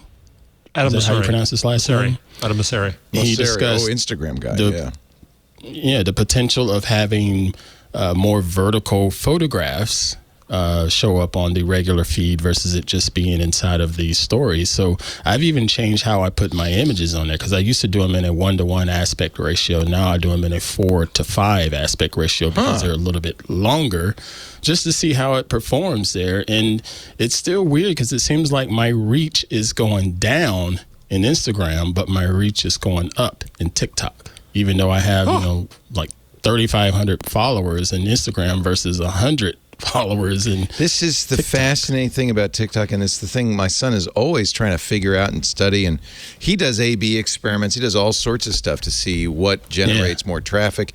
He tells me it's the likes, not the views. Yeah, and I'm getting likes in TikTok. My phone is always saying so-and-so liked me. Not that I'm getting more followers, but there's always a like. And the likes are important. I think he says that's a signal to TikTok. And, of course, the ultimate goal is to get TikTok to promote it. Then it shows up, see, in the For You page. People's For You pages. Which is, the who you follow doesn't seem to do anything, but For You page is critical. No. So Steak Tartare, 7.1 million views for Hank. Way to go. Yeah, Hank. he's 2.1 million followers now. He's not posting a lot lately. I don't know. Maybe he got busy. I don't know. He went to New York. He's probably talking to the agents and all that stuff. I don't know. He's got a book He's deal. too big for you now. I don't even talk to him. Good for him. It's like, who are you? Good for him. I have to get his agent on the line and say, can I speak to You're the his John son? Voight of TikTok, yeah. The cat's in the cradle and the silver spoon. Little boy blue and the man in the moon. Google Docs. Oh, no, this is the changelog. Should I do a changelog this week? What do you think? You didn't do it last week. I didn't do it last week because it was so lame. It was lame. No, is lame a bad word? Jason's. Is lame a bad word? Can I use lame? Lame is a bad word. Yes. Damn it. Lame is technically. It was so pathetic. Yeah. Can I say pathetic? Amber Ruffin. Yes, you can say that. Amber Ruffin did a really good thing on words that she's like retiring. This was like 2 years ago. And it's a really good little bit. I'm never going to say. Basically, if somebody calls himself that, you shouldn't use it in a deprecating fashion. Lame means halt. You have a limp. You're halting. Yeah. Yeah. Okay. Well, and it's derogatory. I mean, when we use lame, we use it not like you can say this horse is lame. Then because it really is. Totally fine. Right. Because you're describing someone who. You can say a person is lame because they're limping. Yes. But if you use it as an insult, it's a problem. Or use it as a negative. It's a derogatory term. See, I understand that because you don't want to put down somebody who has a limp, but honestly, this is lame. So, I mean, it's the changelog is limping along. It's limping along. I mean, I think it's right now you're insulting Jason Howell, and that's the problem. I think it's an appropriate. We are not. It's a metaphor. It's a metaphor. It's not trying to put somebody down. It's just a metaphor. I understand. I won't use it. But I worry that at some point we're going to not have I really think you're reaching here because, okay, so this one is limping along. You could just say it's limping along. But when you say lame like that, you are saying something derogatory about a changelog. You're not saying that the changelog can't walk. Once you move to the metaphorical space, you're really on thin ice. Can we see that facial expression again from Mr. Laporte? Can I see that on the filter, please? That's where I really want to see it. Okay. I'm sorry. It's true. No, it's good. I'm really trying to figure it out. This is a trash. It's okay to say this is a trash change log? Is it okay to say that? You can say it's a trash change log. But you can't say it's trailer trash change log. No, don't because say that would then be insulting to trailer trash. Yes, like if there's a person associated with the insult, then you can't use it. That's pretty much that makes sense. Okay. That makes sense. Okay. I am glad I'm an old man because I can get away with this. They just say, "Oh, okay, boomer." This change log is compost. It's compost. Just say this is a terrible change log. But does he even know yet? What terrible means? Last week's was. What does terrible mean? Literally, terrible. This is a dull change log. Dull is so boring. Is it dull? Is a dull? Okay. Dull is a dull adjective. Dull. So, but I'm going to work harder to be a better writer, and I'm going to come up with a good word. This change log is lambent. But you're talking about last week's change log. Do you know that this week's is bad yet? No, I haven't even looked at this one yet. That's the thing. See, so you're being triply unfair. No, I was saying something nice about it. It's lambent. I now can't see your face. This is a refulgent. Without thinking it's going to pop out in Google eyes and a weird mouth. It's ruined it for me. Jason says, as long as there is a changelog section in the document, I will continue to fill it with terrible news. Thank you, Jason. Thank you, Jason. We can make fun of them about meat. No, we can't do anything until are we going to play the trumpets or not? Yeah, go ahead. Play the trumpets. All right. The Google change log. Number 109. No, this is a big story, actually. Yeah, actually. So, again, with the messaging, Google is changing things up. And the branding. Wrong one, John. This one. What the hell's going on? When did I lose control? This one in front of me. Google is combining Meet and Duo into a single app. They're going to call it Deet. Or is it Muo? I don't know. It's even dumber than that. They're going to call it Meet, but it's actually built on Duo. It is Duo, but they're so basically they're changing the name. Yeah, exactly. By the way, I love your nails. The nails are great. Yeah, those are cool. Is that something you did while you were in Frisco? When you were in isolation? So this is actually the day before I tested positive. It's so old, and you can tell if you see how much my nails have grown out. But I just kind of got lazy. I didn't have nail polish. No, I like that color. It's kind of a light blue. It's beautiful. Yeah. It's pool blue. Google is. Oh God! Pretty soon there will only be Google Meet. But it will be Duo. Does this mean I have to invite everybody onto Duo again? Because, it's hard to convince people in the first place. And they just... So Duo, which is like FaceTime, right? It's like it's for video calls. I use it with my daughter because she's an Android user. It's great. In fact, it has that nice feature where you knock. So when you call somebody, if you want, it will show your video, so the person can see, without answering it, can see that you're calling.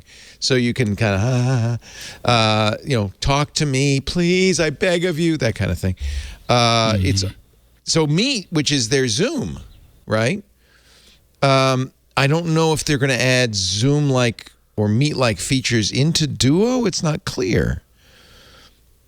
It's as usual. It's so Google. It is so Google. Google is going to. This is from The Verge. As the two services become one, Google is leaning on Duo's mobile app as the default. Pretty soon, the Duo app will get an update that brings an onslaught of Meet features into the platform. Later this year, the Duo app will be renamed Google Meet. The current Meet app will be called Meet Original. And then there's Google Talk. Is this a nice way of saying they're killing Duo? No, they're killing Meet. Killing Meet. But they're just like the only thing I use on a regular basis. We use it, love Meet. but you can continue to use Meet, and it'll have some. I don't know. Makes no sense. The Duo mobile app, according to Dave Citron, the director of product for Google's video products, the Duo mobile app had a lot of sophistication, especially. Yeah, he's got to explain this, especially under the hood, especially in emerging markets where network connectivity was sparse or highly variable. On the web, it's different. Meet is much more developed web, So it forms the base of the new combined system. But in both cases, the idea is 100% of the functionality, combined forces, and no users left behind. That's the line today, anyway. What is wrong with these guys? Okay. It feels like every time there's a new manager, they put their mark on it and they change it, and then a year later it's another thing. It's canine editing. You lift your leg and this is when Pachai smell you're there. I like that canine editing. I know what you're saying. This is when Pachai. Wait, are we insulting dogs? Yes. This is the Google changelog leg lift edition. What did you ask, Ant? You said something. No, I was saying, shouldn't Pachai step in? I mean, this is the type of stuff that a CEO should sort of rein in and be like, look, we need to get our crap together. Yeah, leadership would help. Clearly, there is none. Yeah. And this is Mike Elgin's contention, is that Pachai is not a very good leader. And I have to say, I think so. Right. Google Docs is getting now you can do this one, a big upgrade in formatting. You could change multiple blocks of text at once. Oh, this is pathetic. If you have big upgrade, Leo. It's not just an upgrade; it's a big upgrade. Let's see. Here's Project Blackbriar. So you have these two blocks: Project Overview and Market Trends, and you want to change the bold on both. So you can select both and change them both to bold, and they both get changed, even though they're discontinuous blocks of text. So you hold the Command or Control key. Holding it down, select the other bits. You kind of understand how to do that. That's always been a way to getting all of those Word power users hyped up. Right? Maybe. Actually, I could use that. So, yeah, I could too. I could use with the book. Yeah, and if you have the paintbrush, what you could do is get one of those exactly as you want it. Here he is changing all the fonts and everything. And then really ugly, making it so ugly, and then selecting all the other ones and making them the same. It's just a formatting thing. Isn't that the format painter in Word? Yes, right. Very similar. Google says the feature will gradually roll out to everybody's accounts over the next 15 days. So look for it in a Google Doc near you. By the way, can I just interrupt for 1 second here, because it's what I do. So I just had to send out invitations to an event I hope to have, COVID willing, at the end of the month. Yeah. And I sent out 40 emails because of my dear beloved Chromebook, and I could save up to 5 things, separate things, and then insert them whichever one I wanted. Right, that Chromebook feature that came out a couple years ago. Yeah. It was heavenly. I saved the to-do. I saved the names. I saved the subject line. I saved the body of the email. Boom, boom, boom, boom, boom, boom. It's wonderful. Good. That's possible because you have Chromebook. I just want to say that. I just haven't praised them. Very enough.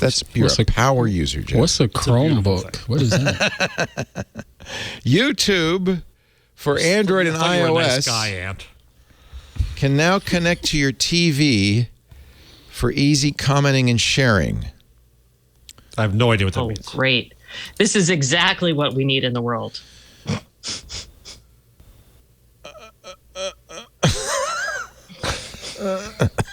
Easier commenting and sharing on YouTube. Okay, fine. I don't know what. From my television. And from your TV, I guess that's the idea, right? That's the idea. Yes. By the way, Google has launched a new app in the App Store on iOS. Google TV is a new app, the Google TV app. iPhone users can get recommendations from across streaming apps, a watch list for the discoveries, a For You tab with watch lists from their favorite stars, on-the-go content library, the ability to rate movies and shows, all the latest info of their favorite content, as well as the option to use their phone as their remote for Google TVs and other Android TV devices. The only thing you can't do is actually watch any of these shows. I don't know. Can you? They don't mention that. This kind of replaces Google Play Movies and TV, I guess. But it's really built on Duo with a touch of Google Talk. Yes. In there.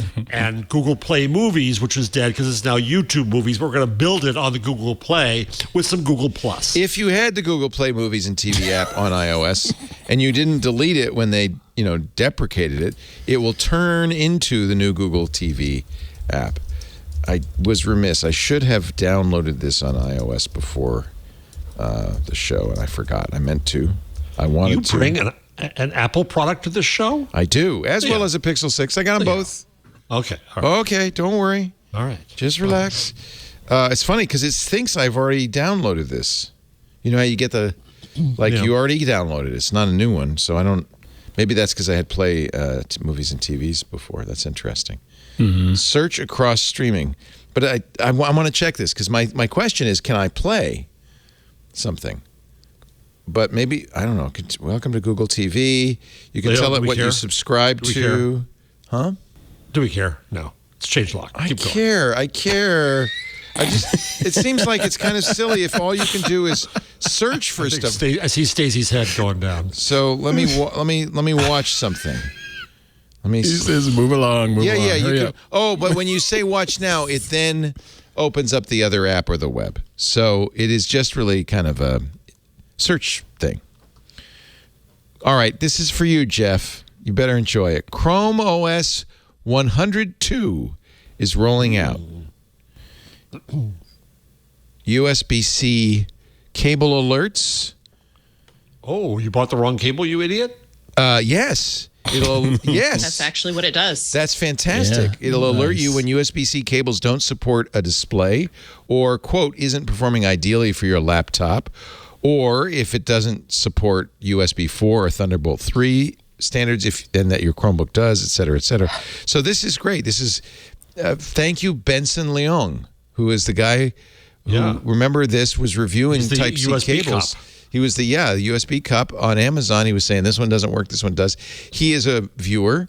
He is in our Twit social Mastodon instance, and I thank you very much. This is his thing. And Glenn Fleischman is an expert in USBs as well, our new friend. Yeah. Benson says all USB-C cables, even those without logos, and that's the big problem. They're supposed to put logos on there, but they never do, identify themselves to the computer precisely using PD. My team reads that info now. We eliminate a silent failure when the user uses a USB 2.0 cable with a DP dock or monitor. We give you a warning. Thank you, Benson. That's good. I'm surprised somebody didn't come up with a hardware device so you could test your USB cables. Well, you have one now. It's called a Chromebook.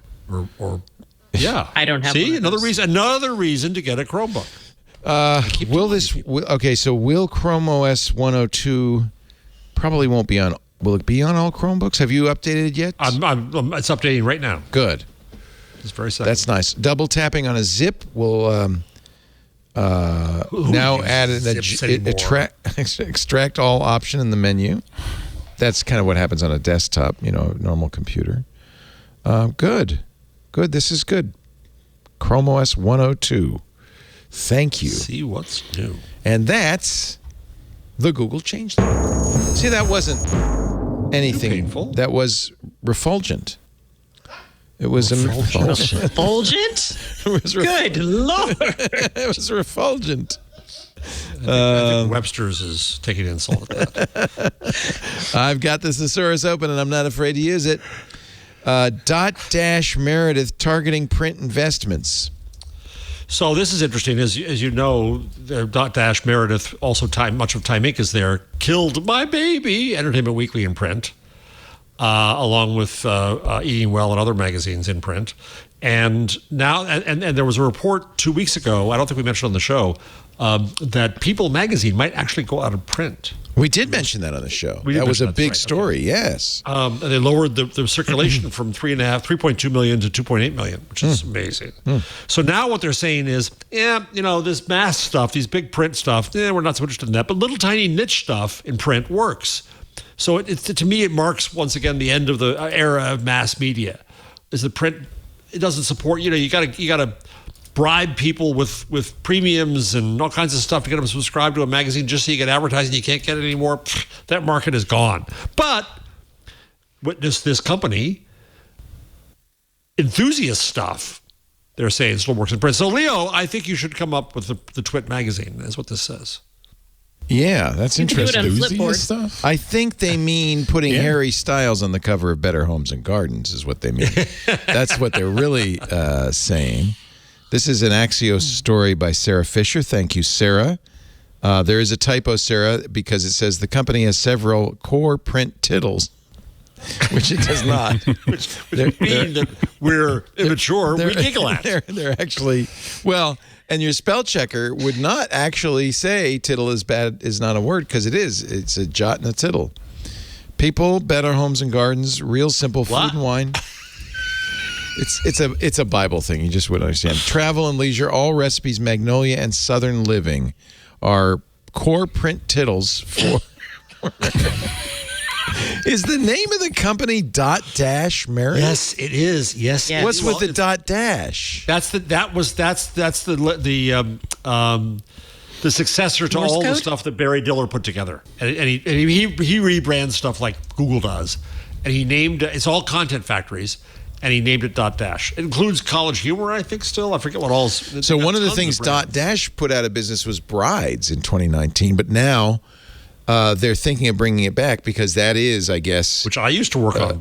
Really, it is. Oh yeah, really. Oh, yeah. You should have seen me in my gown. What did you write? 5 pieces every trousseau absolutely must have. So they're going to add small pieces of print not economically relevant to some of our other print brands, according to somebody. This is interesting. They're just basically trying to save the magazine business. But when they put Harry Styles on the cover of Better Homes and Gardens, which does not compute, really, what is normally on the cover of Better Homes and Gardens? A home or a garden. Fruit. Cakes. Houses. Yeah, not it says normally houses. Not rock stars. Porches. The company took a big gamble last month by putting Harry Styles on the cover of Better Homes and Gardens, but it paid off. The first day of the Harry Styles issue, we did not put a link of how to buy the magazine online anywhere, and we sold 15,000 copies. Well, we've always known that famous people sell magazine covers. Yes. I mean, that's not new. BH&G, which is how I called the tittle, used to have 7 million subscribers. It's now 4 million. Used to. Well, part of this too is you're getting rid of junk circulation. Some circulation is very expensive, and it was worth it when you had the ads. Right. But when the ads go down, it's not worth it to support the junk circulation anymore. So they've got all kinds of brands. They have Eating Well, Food and Wine. The more niche. All recipes. It's funny because that's exactly what Ziff Davis did when they got into computer magazines. They went more, left some of the mainstream titles behind and went more narrow. Speaking of Harry Styles, the Jonas Brothers are backing a new subscription media biz for celebs. Texted. Why does that have to do with Harry Styles? I don't know. He's kind of celebrity, famous person. Who was Harry Styles? I'm like, they're not related. What was Harry Styles in? Something boring right now. He was interviewed by Howard Stern. He was in a band. Yeah, I don't understand. The Harry Styles thing is kind of beyond me, but it's definitely. Yeah, it is. Was he in a band? Or maybe not. I think he's his own. No, he went on the X Factor. So he's just his own. He's just his own thing. Oh, he was in One Direction. That's what I thought. One Direction. That's it. One Direction. Yeah. One Direction. I remember them. Anyway, Harry, it has nothing to do with this story. The Jonas Brothers, which I don't, you know what it is? In my mind, the Jonas Brothers and One Direction and BTS and things you're too NSYNC, old for. All these boy bands are kind of similar, basically, in my mind. Same thing to you, right? Yeah, they're all the same to me. Was it the Jonas Brothers? Weren't they much earlier than One Direction, though? Well, maybe. I don't know. I don't know the chronology. Do we care? No. I care. Yes. They sell magazines, Jeff. You should give a damn. So the Jonas Brothers are launching a new subscription media company called Scriber that allows celebrities to charge their biggest fans for exclusive contents via text messages. Would you subscribe? Who's your heartthrob? Oh my God, it's like Cameo with words. With text messages. Because it's text messages, they don't need an app. They don't have to go in the App Store. They don't have to pay 30% to Google or Apple. Yeah. My old employer, Advance, did a company like this, and they used it, for example, in Cleveland, where you could get exclusive text to you from the sports columnist, inside stuff as the game is going on, things like that. They estimate that these super fans represent about 1 to 5% of the total celebrities' fan base. So it's the top 1% of your fans. So find every way we possibly can to get money out of them. But the Jonas Brothers, as an example, have 50 million Instagram followers. If just 1% subscribed, that'd be $30 million a year for the Jonas Brothers, right? So interesting. This users can subscribe by texting "go" to a phone number provided by the celebrity on social media. Unsubscribe by texting "stop" or "cancel." You could set up recurring payments via Apple Pay or credit card. You'll get exclusive material, behind-the-scenes videos. I think this is going to be very successful. Yeah. It's kind of like a newsletter. So, Leo, you're going to start a text subscription service should do this. and a magazine. Yeah. Yeah. I should do this. I think Ed could seriously super serve his fans that way. Well, and it follows in a trend because Twitter's got the super follows, right? And yep. TikTok has subscription support. Instagram's doing subscriptions. So this is kind of the trend. You know, we were a little ahead of that with Club Twit. We said, you know, we think our super fans, and it is about 1% maybe, I don't know, would pay $7. And we thought initially that was the big come on was no ads, but really it is about the community and about getting to talk to the people and have a side conversation, things like that. So I guess that makes sense. A story I want to hear Stacey's take on is the Roomba operating system. Oh no! You killed Stacy! Dang! You killed her! No, I feel so bad.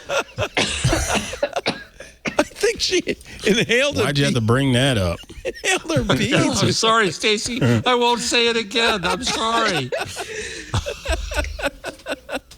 I'm very excited about it. So excited I can't breathe. Oh my God, I'm not making fun of you. I'm actually worried. Are you okay? But that's why I just might caution that your go-to reaction, which is maybe dangerous. It is true. Do not wear beads. Make sure your earrings are well attached. It's I can't breathe in very deeply still. Oh, I see. So whenever I try to breathe in deeply, I end up not being able to, and then my body's like, crap, we can't breathe. Anyway, Roomba. Sorry, Stacey. That's good. And we don't need to laugh. They have they have something now. Is this different? I mean, of course, it was always running software and an operating system. This is their new robot operating system. By the way, we're going to have, it's not robot operating system. iRobot OS, they call it. iRobot. Yeah, because there's actually a robot operating system that's an open source robotics, like industrial robotics OS. That's pretty cool. And then Apple's going to launch their Reality OS. So we're going to have a lot of our OSs, not our OUSs. That's going to be confusing. But Roomba and their iRobot operating system is awesome because I think it is going to do what I actually wrote about it just a couple of weeks ago. I was so pissed off because our smart home is just these like disparate pieces, and we get like Amazon coming in here with Astro, their little robot thing, and I'm like, do you have an Astro? No, I don't have an Astro. If I had an Astro, I would totally show you guys. Oh man, yeah. Hello. Are you going to get it? Are you going to get an Astro? Are you interested? No, I mean it doesn't have hands. It doesn't work. It doesn't do nothing. It doesn't do anything.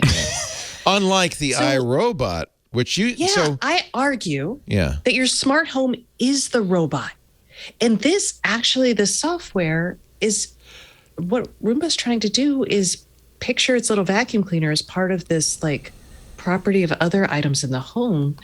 And they mentioned its air purifier could be part of this. But once you have Matter and Roomba is participating in it, you could actually pull in data about all the other devices plus their camera. And then if you actually have an OS that makes those work together, and it would probably be very privacy preserving because Roomba has been focused on that in ways that they got in trouble because they were mapping people's houses. Okay. So they got in trouble because people thought they were mapping people's houses and giving that data to Google. But that's not actually what they were doing. They kept it on the Roomba? They kept it locally. Okay. Yes. So people, they mapped your house and asked you. That's part of the deal. Was that a moral panic, perchance? Oh, my God. It was inaccurate reporting. It happens. Yeah. Anyway, so I'm really excited about this, as you can tell by me, like, not being able to breathe. Also, you can talk to it through Echo or Google Assistant or Siri. You could say, clean the living room.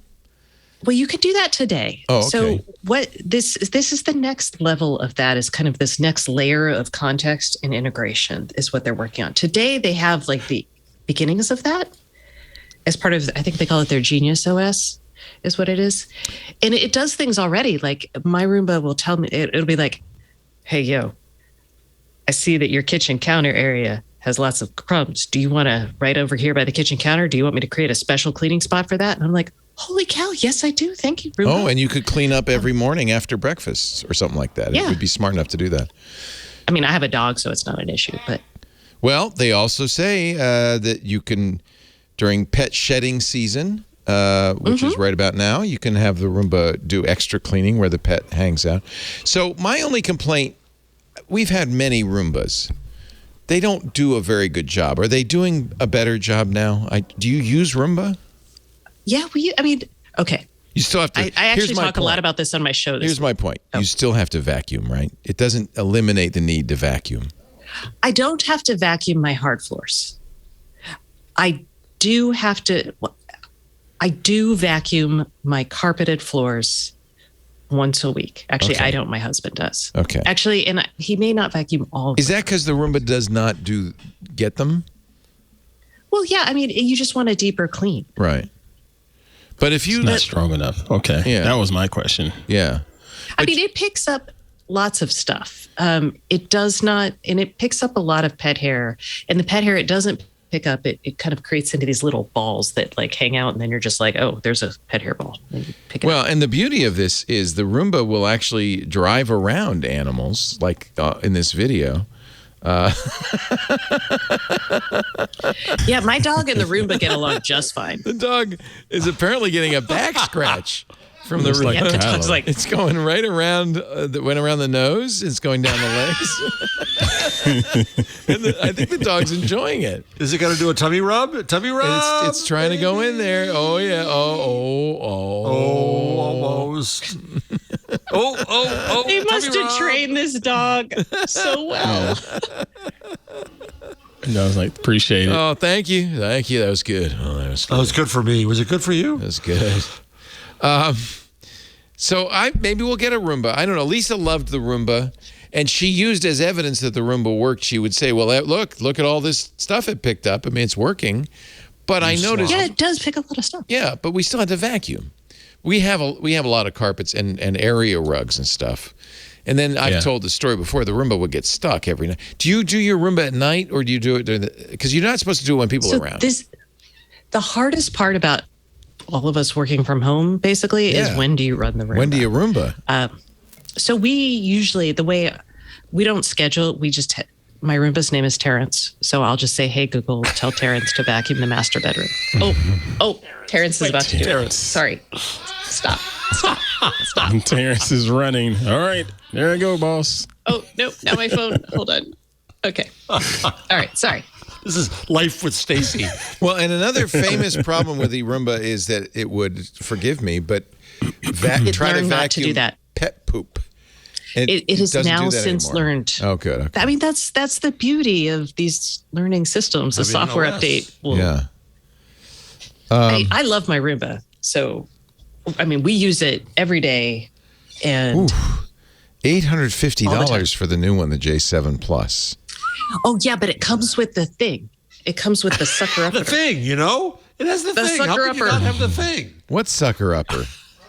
See that big thing that's attached to it? Oh, it empties it. Yeah. Oh. It sounds like a jet engine going off. Yeah, but you only empty that like once every 2 months. So basically, we just have this vacuum, and like our dog sleeps under our bed, and you can't vacuum under the bed really. So like all that hair gets picked up. We vacuum like once or twice a day. Live in the Pacific Northwest. Our laundry room is just this constant source of like, imagine your house the day after Christmas or the day after you take your Christmas tree out. There's just pine needles and mud everywhere. It takes care of all of that. Oh, that was a big problem. In fact, that killed our Dyson because it got the piney needles got all glued together in there. We had to really clean it out. So should we get a new Roomba? I mean, I'm the one who kicked the Roomba out. I feel bad. Maybe we should get a Roomba. Well, if you have, what kind of carpet? We have Berber carpets. So if you have really long-haired, shaggy kind of carpets, maybe it wouldn't work. Yeah, the bedrooms. Yeah, it works really well in the Berbers. Yeah. You need new carpet. Yeah. Yeah. And I thought shag carpeting went out about 1978, Leo. Well, I got it. When it went out, I got it. Not in the Laporte house. Yeah, I got it. All right. Okay. Apparently, The Verge has a review that it doesn't do a great job avoiding poop. And I'll tell you why that's a big deal. If it doesn't avoid it. Do you really want to share it now? It's problematic. It's just a mess. It is quite problematic. Well, yeah, that is a problem. Yeah. That was also part of my vacation time. We don't have a huge issue with that. I mean, we have cats, but they don't go in the house. So I guess it's okay. Are there other better robots than the iRobot? There are plenty of robot vacuum cleaners. I know. It's very competitive field. Yeah, like Evax has a cheap one. Wise even came out with one. Wow. I saw the one for Wise, and when it was sent to the email, the first thing I thought was, well, anybody Lisa just came in and said, never again. No, I drove it over in the garage when I left one day. I don't want to remember. I put it under your wheel, but you didn't drive over it. You were smart enough to catch it. What? You tried to get her to murder your Roomba? The Roomba, I've told this story. Haven't I told this story? The Roomba, we ran it at night, and it would get caught every night. It would get caught. There's one like sideboard that was just high enough for the Roomba to kind of get under it, but not, and then it would go boom, boom, boom, boom. Right. So every night I'd hear da-da-da-da-da, because it makes music. When it starts, it gets caught in an endless loop. Yeah, and so I pick it up and I put it back on its little charger, and the next night at 3 a.m., same thing. So eventually, instead of putting it on its charger, I picked it up and put it under Lisa's tire. But she... Sir, that's just flat out evil. She didn't... Yeah, that is. She didn't actually drive over it, I don't think. She thinks she did. Maybe she did. I don't know. It disappeared after that. That's evil. Those are expensive, too. That was spoken like a Corleone. $900. Yeah. I took that Roomba and I put it under the tiles. That Roomba now sleeps with the fishes. All right. Is there any of these I like the idea of that tech. I just want one of those things to actually have legit suction, you know? Yeah, I agree. Well, don't have these tell Queen ones. Pruitt about this.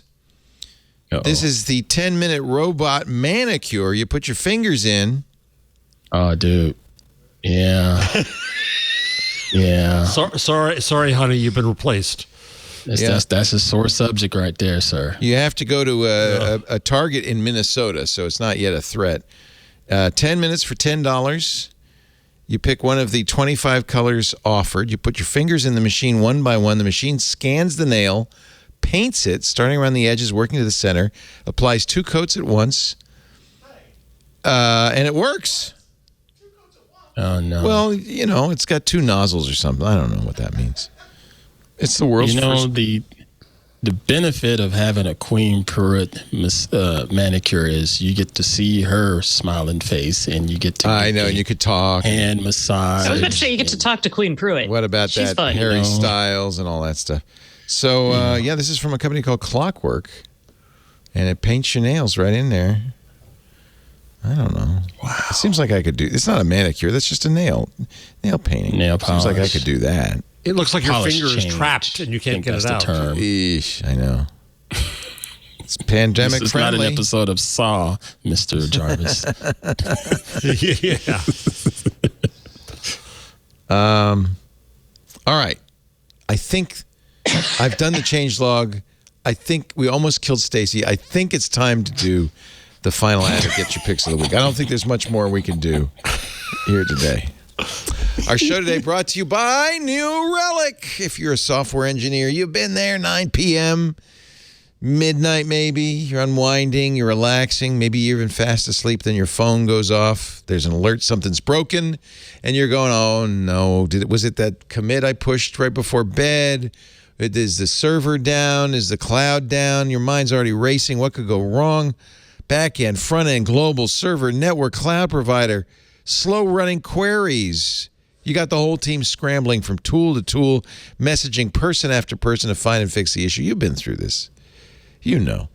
And you know, according to New Relic, only about half of all the organizations in the world are actually trying to do something about this. They're implementing observability, is what you call it, for the networks and systems, which give you a view, single pane of glass view into your whole operation, so know where the problem is so you can fix it fast. The report showed maintaining network observability is a big issue for companies around the world. And if you're Epic or GitHub or Atlassian or Cloudflare, you are turning to New Relic. New Relic. 16 different monitoring products you probably get separately, but they're all in one, which makes it great because you can just use one stack and get all the information you need. Things like application monitoring, APM. Unified monitoring for your apps and your microservices. Or if you use Kubernetes, you'll love Pixie, instant Kubernetes observability. You get not just tracing, but distributed tracing. You can see all your traces without management headaches. You can find and fix issues fast. You get network performance monitoring that goes right through the silos and all the way around. A system-wide correlated view so you'll know exactly where performance issues start. This is exactly the tool you need to find the problem, fix it fast, and get back in bed before the boss even hears about it. More importantly, you can pinpoint issues down to the line of code. So you know exactly why the problem happened. You can even fix the code and resolve it for good. That's why dev and ops teams at DoorDash and GitHub and Epic Games and more than 14,000 other companies use New Relic to debug and improve their software. Whether you run a cloud-native startup or a Fortune 500 company, it'll take you just 5 minutes to set up New Relic in your environment. And here's the best part. You can get access to the entire platform, all 16 monitoring tools, and 100 gigabytes of data every month free. Forever. You don't even have to give them a credit card. Look, that next middle of the night call is just waiting to happen. Get New Relic before it does. NewRelic.com/twig. Get the whole New Relic platform, 100 gigabytes of data, free per month forever, no credit card required. Only buy what you need when you need it. Otherwise, free forever. NewRelic.com/twig. NewRelic.com/twig. This you just have to have it. You need it. You got to have it. New Relic. And since you don't have to give them a credit card, just install it. Don't even tell the boss. Just install it. Just do it. Do it. You know you want to do it. Stacey, it's been so long since we've had your thing of the week. What do you got for us? Nothing. COVID-19. I got COVID-19. No. I was like, I have many. What do you? Well, you don't have to give us a thing, but what are some of the things you're looking at, you're working on, you're preparing for the future? That's sorry. Okay. Doesn't have to I be can tell you, the Stacey, the thing that I have been recently watching. Oh, is that's good. Bo Burnham's Inside. He just put out the outtakes just a couple days ago, and I really enjoyed those. Who is Bo Burnham? He is a comedian. Stacey's side eye there. Really? You're no, I'm like, oh, are you really asking? Oh, wait a minute. This so he does like plays the piano. No, I know who he is. He does Netflix comedy specials and like that. But this video is behind the scenes. Yeah. So it's the there's a couple of outtakes that are funny. And they're all outtakes, so they're not only a few of them are very polished, but a lot of it is his creative process. Had you seen Inside before? Oh my God, yes. So as a person who makes content for people on the internet in somewhat of a void, because I'm my own person, right? And as someone who is also, definitely depressed, when I watched Inside, I was like, oh my God, this guy is speaking to me. I mean, well, normally you hide this. My mother always said, if somebody's a really good baker, it's because they put so many cakes in the trash. They only show you their best stuff. So normally, and I know exactly what you're talking about, Stacey. You'll watch a talented performer and you think, I can't ever do that. They're perfect. Yeah. But you see that, especially in the way. Yep. Yeah. I feel like a lot of us probably could identify with this. And you think about like Anthony Bourdain, you think about Kate Spade. There's a huge number of highly successful on the outside people who I think experience a lot of self-doubt as part of their creative process. And it wears on them. So I liked the parts where he's you see him trying to struggle to make something. It felt real. So, and he did start on YouTube. So, I mean, he's kind of, he's familiar with this. Yeah, he started on YouTube way back at the beginning. He was one of the first viral YouTube people in like 2006. So, you probably would say watch the Netflix special first, Inside. Oh, yeah. If you haven't watched I feel like if you haven't watched the Netflix special, it's excellent for anybody who spends a lot of time on the internet.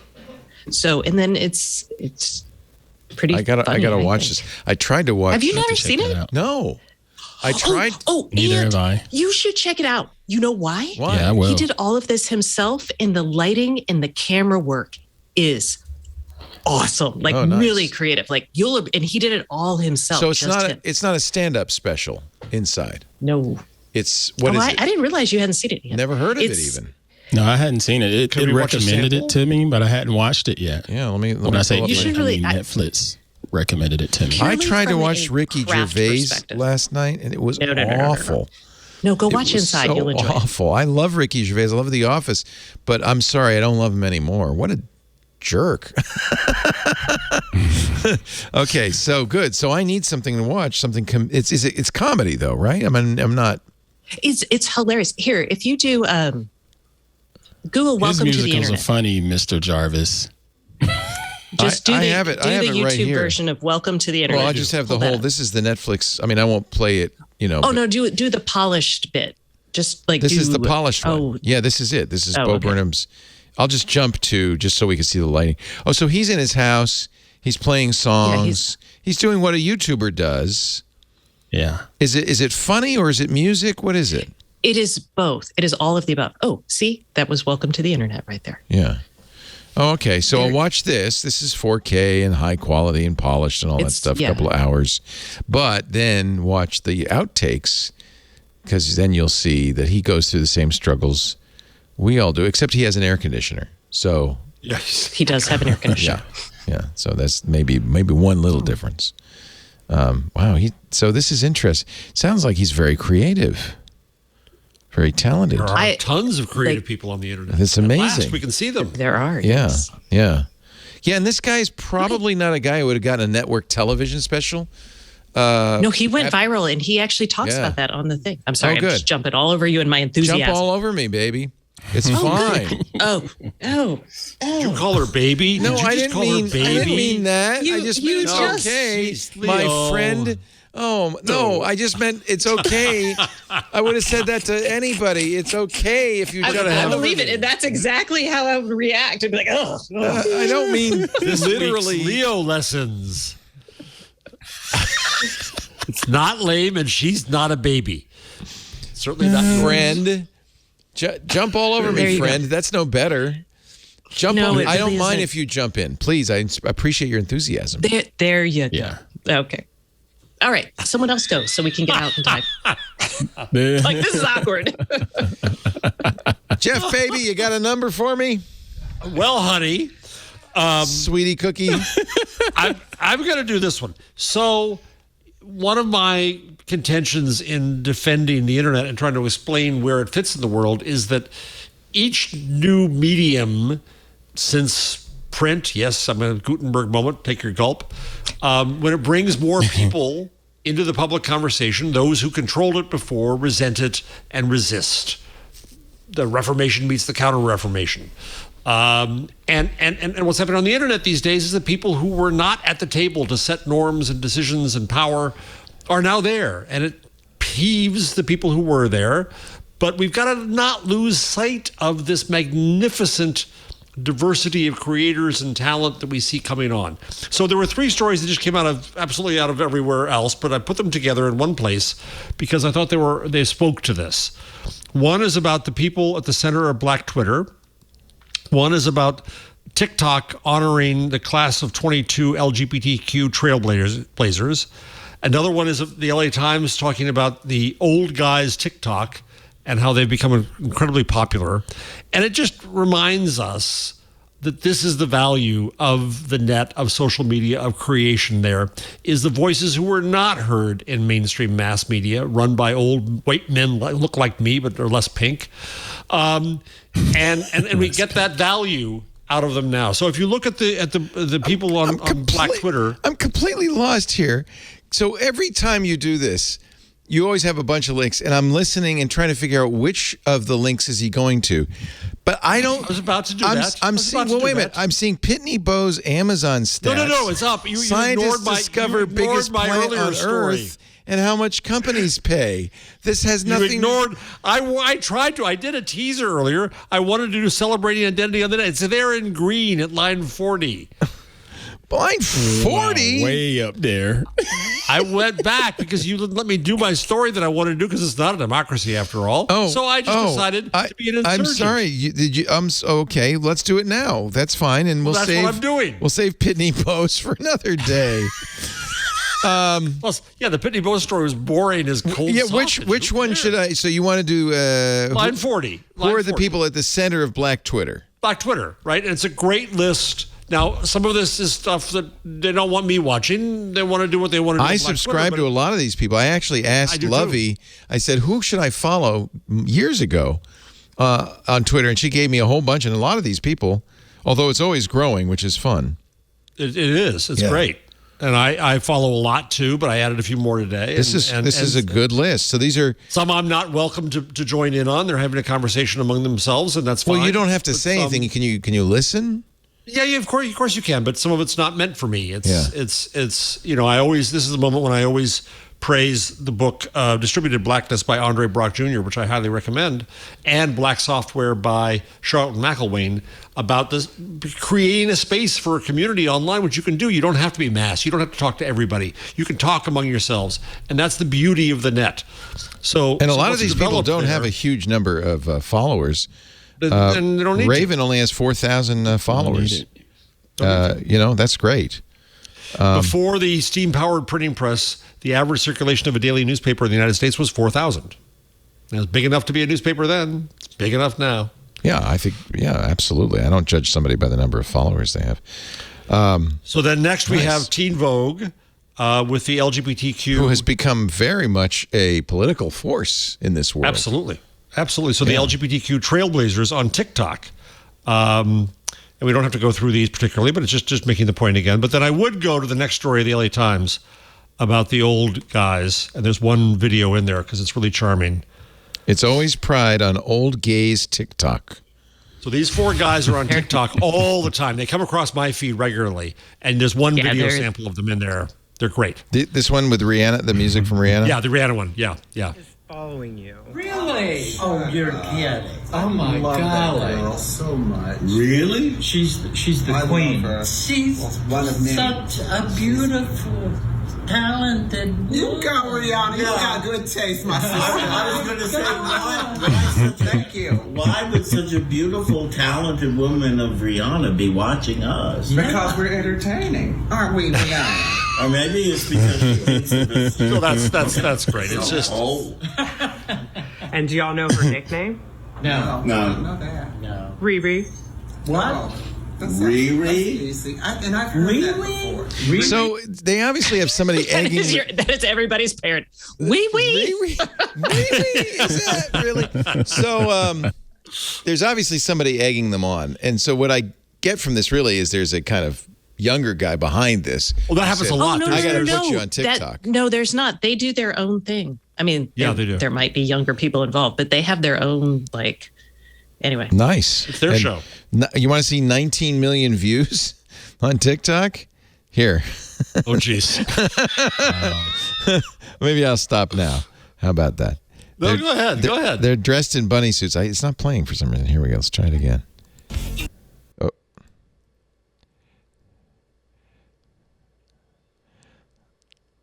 Oh, they're dancing to Michael Jackson.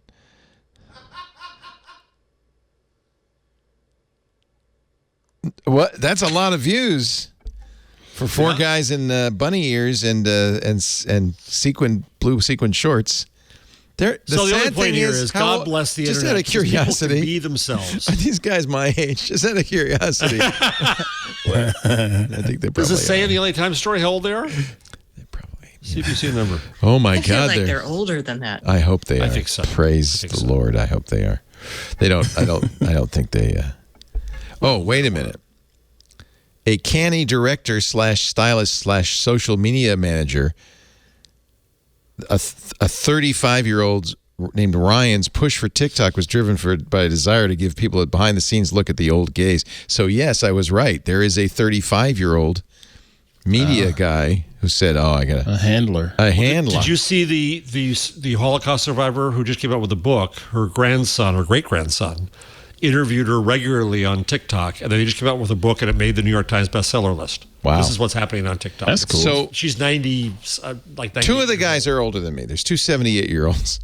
One guy's my age, and the other one's a couple of years older. So you're heading there, Leo. In a buddy suit, try to get attention before you know it. Thank you, honey.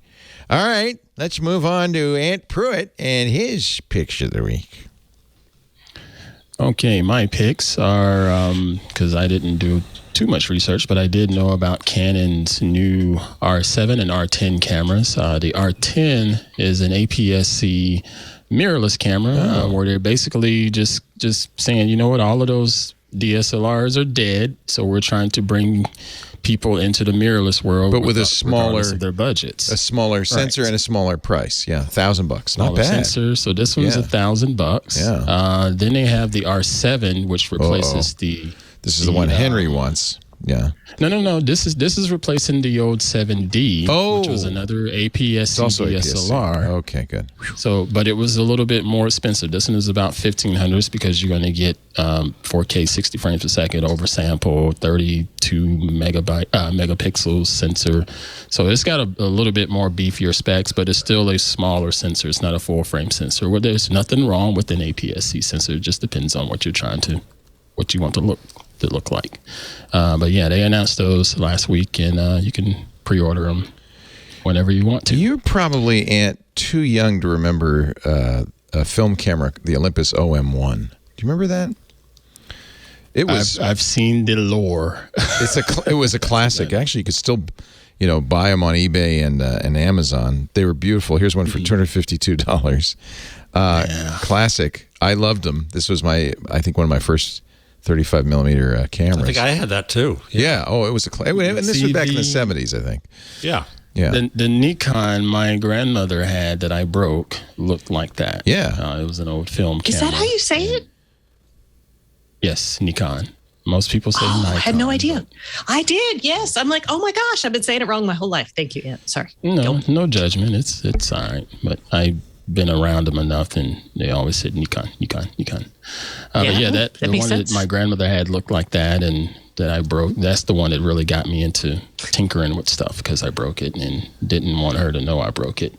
So it's together. I think the 50th anniversary of the original OM1 film camera, and I think this is kind of a nice tribute. The folks, Olympus. DP review. Yeah, Olympus sold the OM series, their Micro Four Thirds series, to a company called OM System, and they've released their first one on the anniversary of the Olympus OM1, and they're calling it the OM1. OM1. The last one with Olympus, but of course it's digital it's a Micro Four Thirds. Lisa loved her old Olympus MFT cameras. We have a lot of those lenses. So, as did Mr. Scott Bourne. Yep.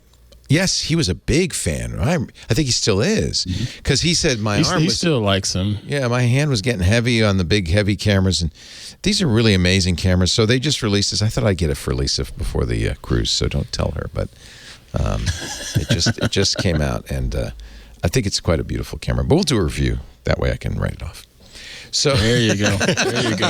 No, we will do a review, because I know there are people interested. You know who else? Andy Anako loves it. Did Scott Bourne stop shooting Olympus? To an extent, because he's doing more video now, so he had to pick up the Sony FX6. Right. He was doing video with that, but he's also a big proponent of iPhone video. So he and Mr. Jefferson Graham are doing more with iPhones and videography. Interesting. And started a new show on that, and he's done a lot of good stuff with it.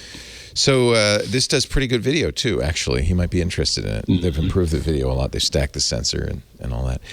Ant's pictures are, as we mentioned earlier, on Instagram, Ant_Pruitt, and TikTok. Give me a follow there. give me a follow there, folks. @_Pruitt. And if you check out that last reel I did, we talked about lighting in that last reel. I just did a little bit of behind the scenes on coffee, how I created a shot because I was struggling creatively, and went out to my garage/lab and threw some lights up and figured out a way to put a little shot together. Fun. There's a key light right there over the top, and then I put another light in the back corner to give it a little bit of a sun ray, and then just grabbed my cinema camera and just shot some random footage. Very nice. Because I have no life. No, those are beautiful. Look at this. Oh, man. The last image was so gorgeous. I guess that's... Oh, well, you just have to follow. It's in the photos. Is it in the I photos? posted it on the photos, too. Okay, good. I'll go back to the posts. Photo tab. Yeah, such a gorgeous shot. Look at that. Thank you. Yeah. And, of course, Ant every week regales us with his photography tips and interviews on hands-on photography, twit.tv/HOP. He's also our community manager. You're going to be doing the book club in about 10 days, 2 weeks. How far have you gotten? Man. I just started it. I love it. Oh, I love it. I'm going to say this now. Yeah. I'm struggling with this book right now because I've been in such a foul mood. Yeah, it doesn't help your mood, does it? Because it's about climate change. I'm only about a third of the way through. Termination Shock by Neil Stephenson. He's one of my favorite authors. It sounds like you don't like it either, Stacey. I'm sorry, it's your book club. I didn't enjoy the book, but everyone was like, let's watch it. I was like, okay, fine. Neil Stephenson needs an editor. Yeah. You know what I like about him and I really enjoy about this book is his research, his erudition. So you always learn a lot about the most... Yeah, you know what? The better climate change novel is Ministry of the Future by Kim Stanley Robinson. But both of these books have a plot problem. Yes. They're just boring ass plots. Yeah, Neil's famous also for poor endings, and John tells me that the book doesn't have the best ending either. Oh yeah, that's terrible. Oh, this will be a great book club coming up.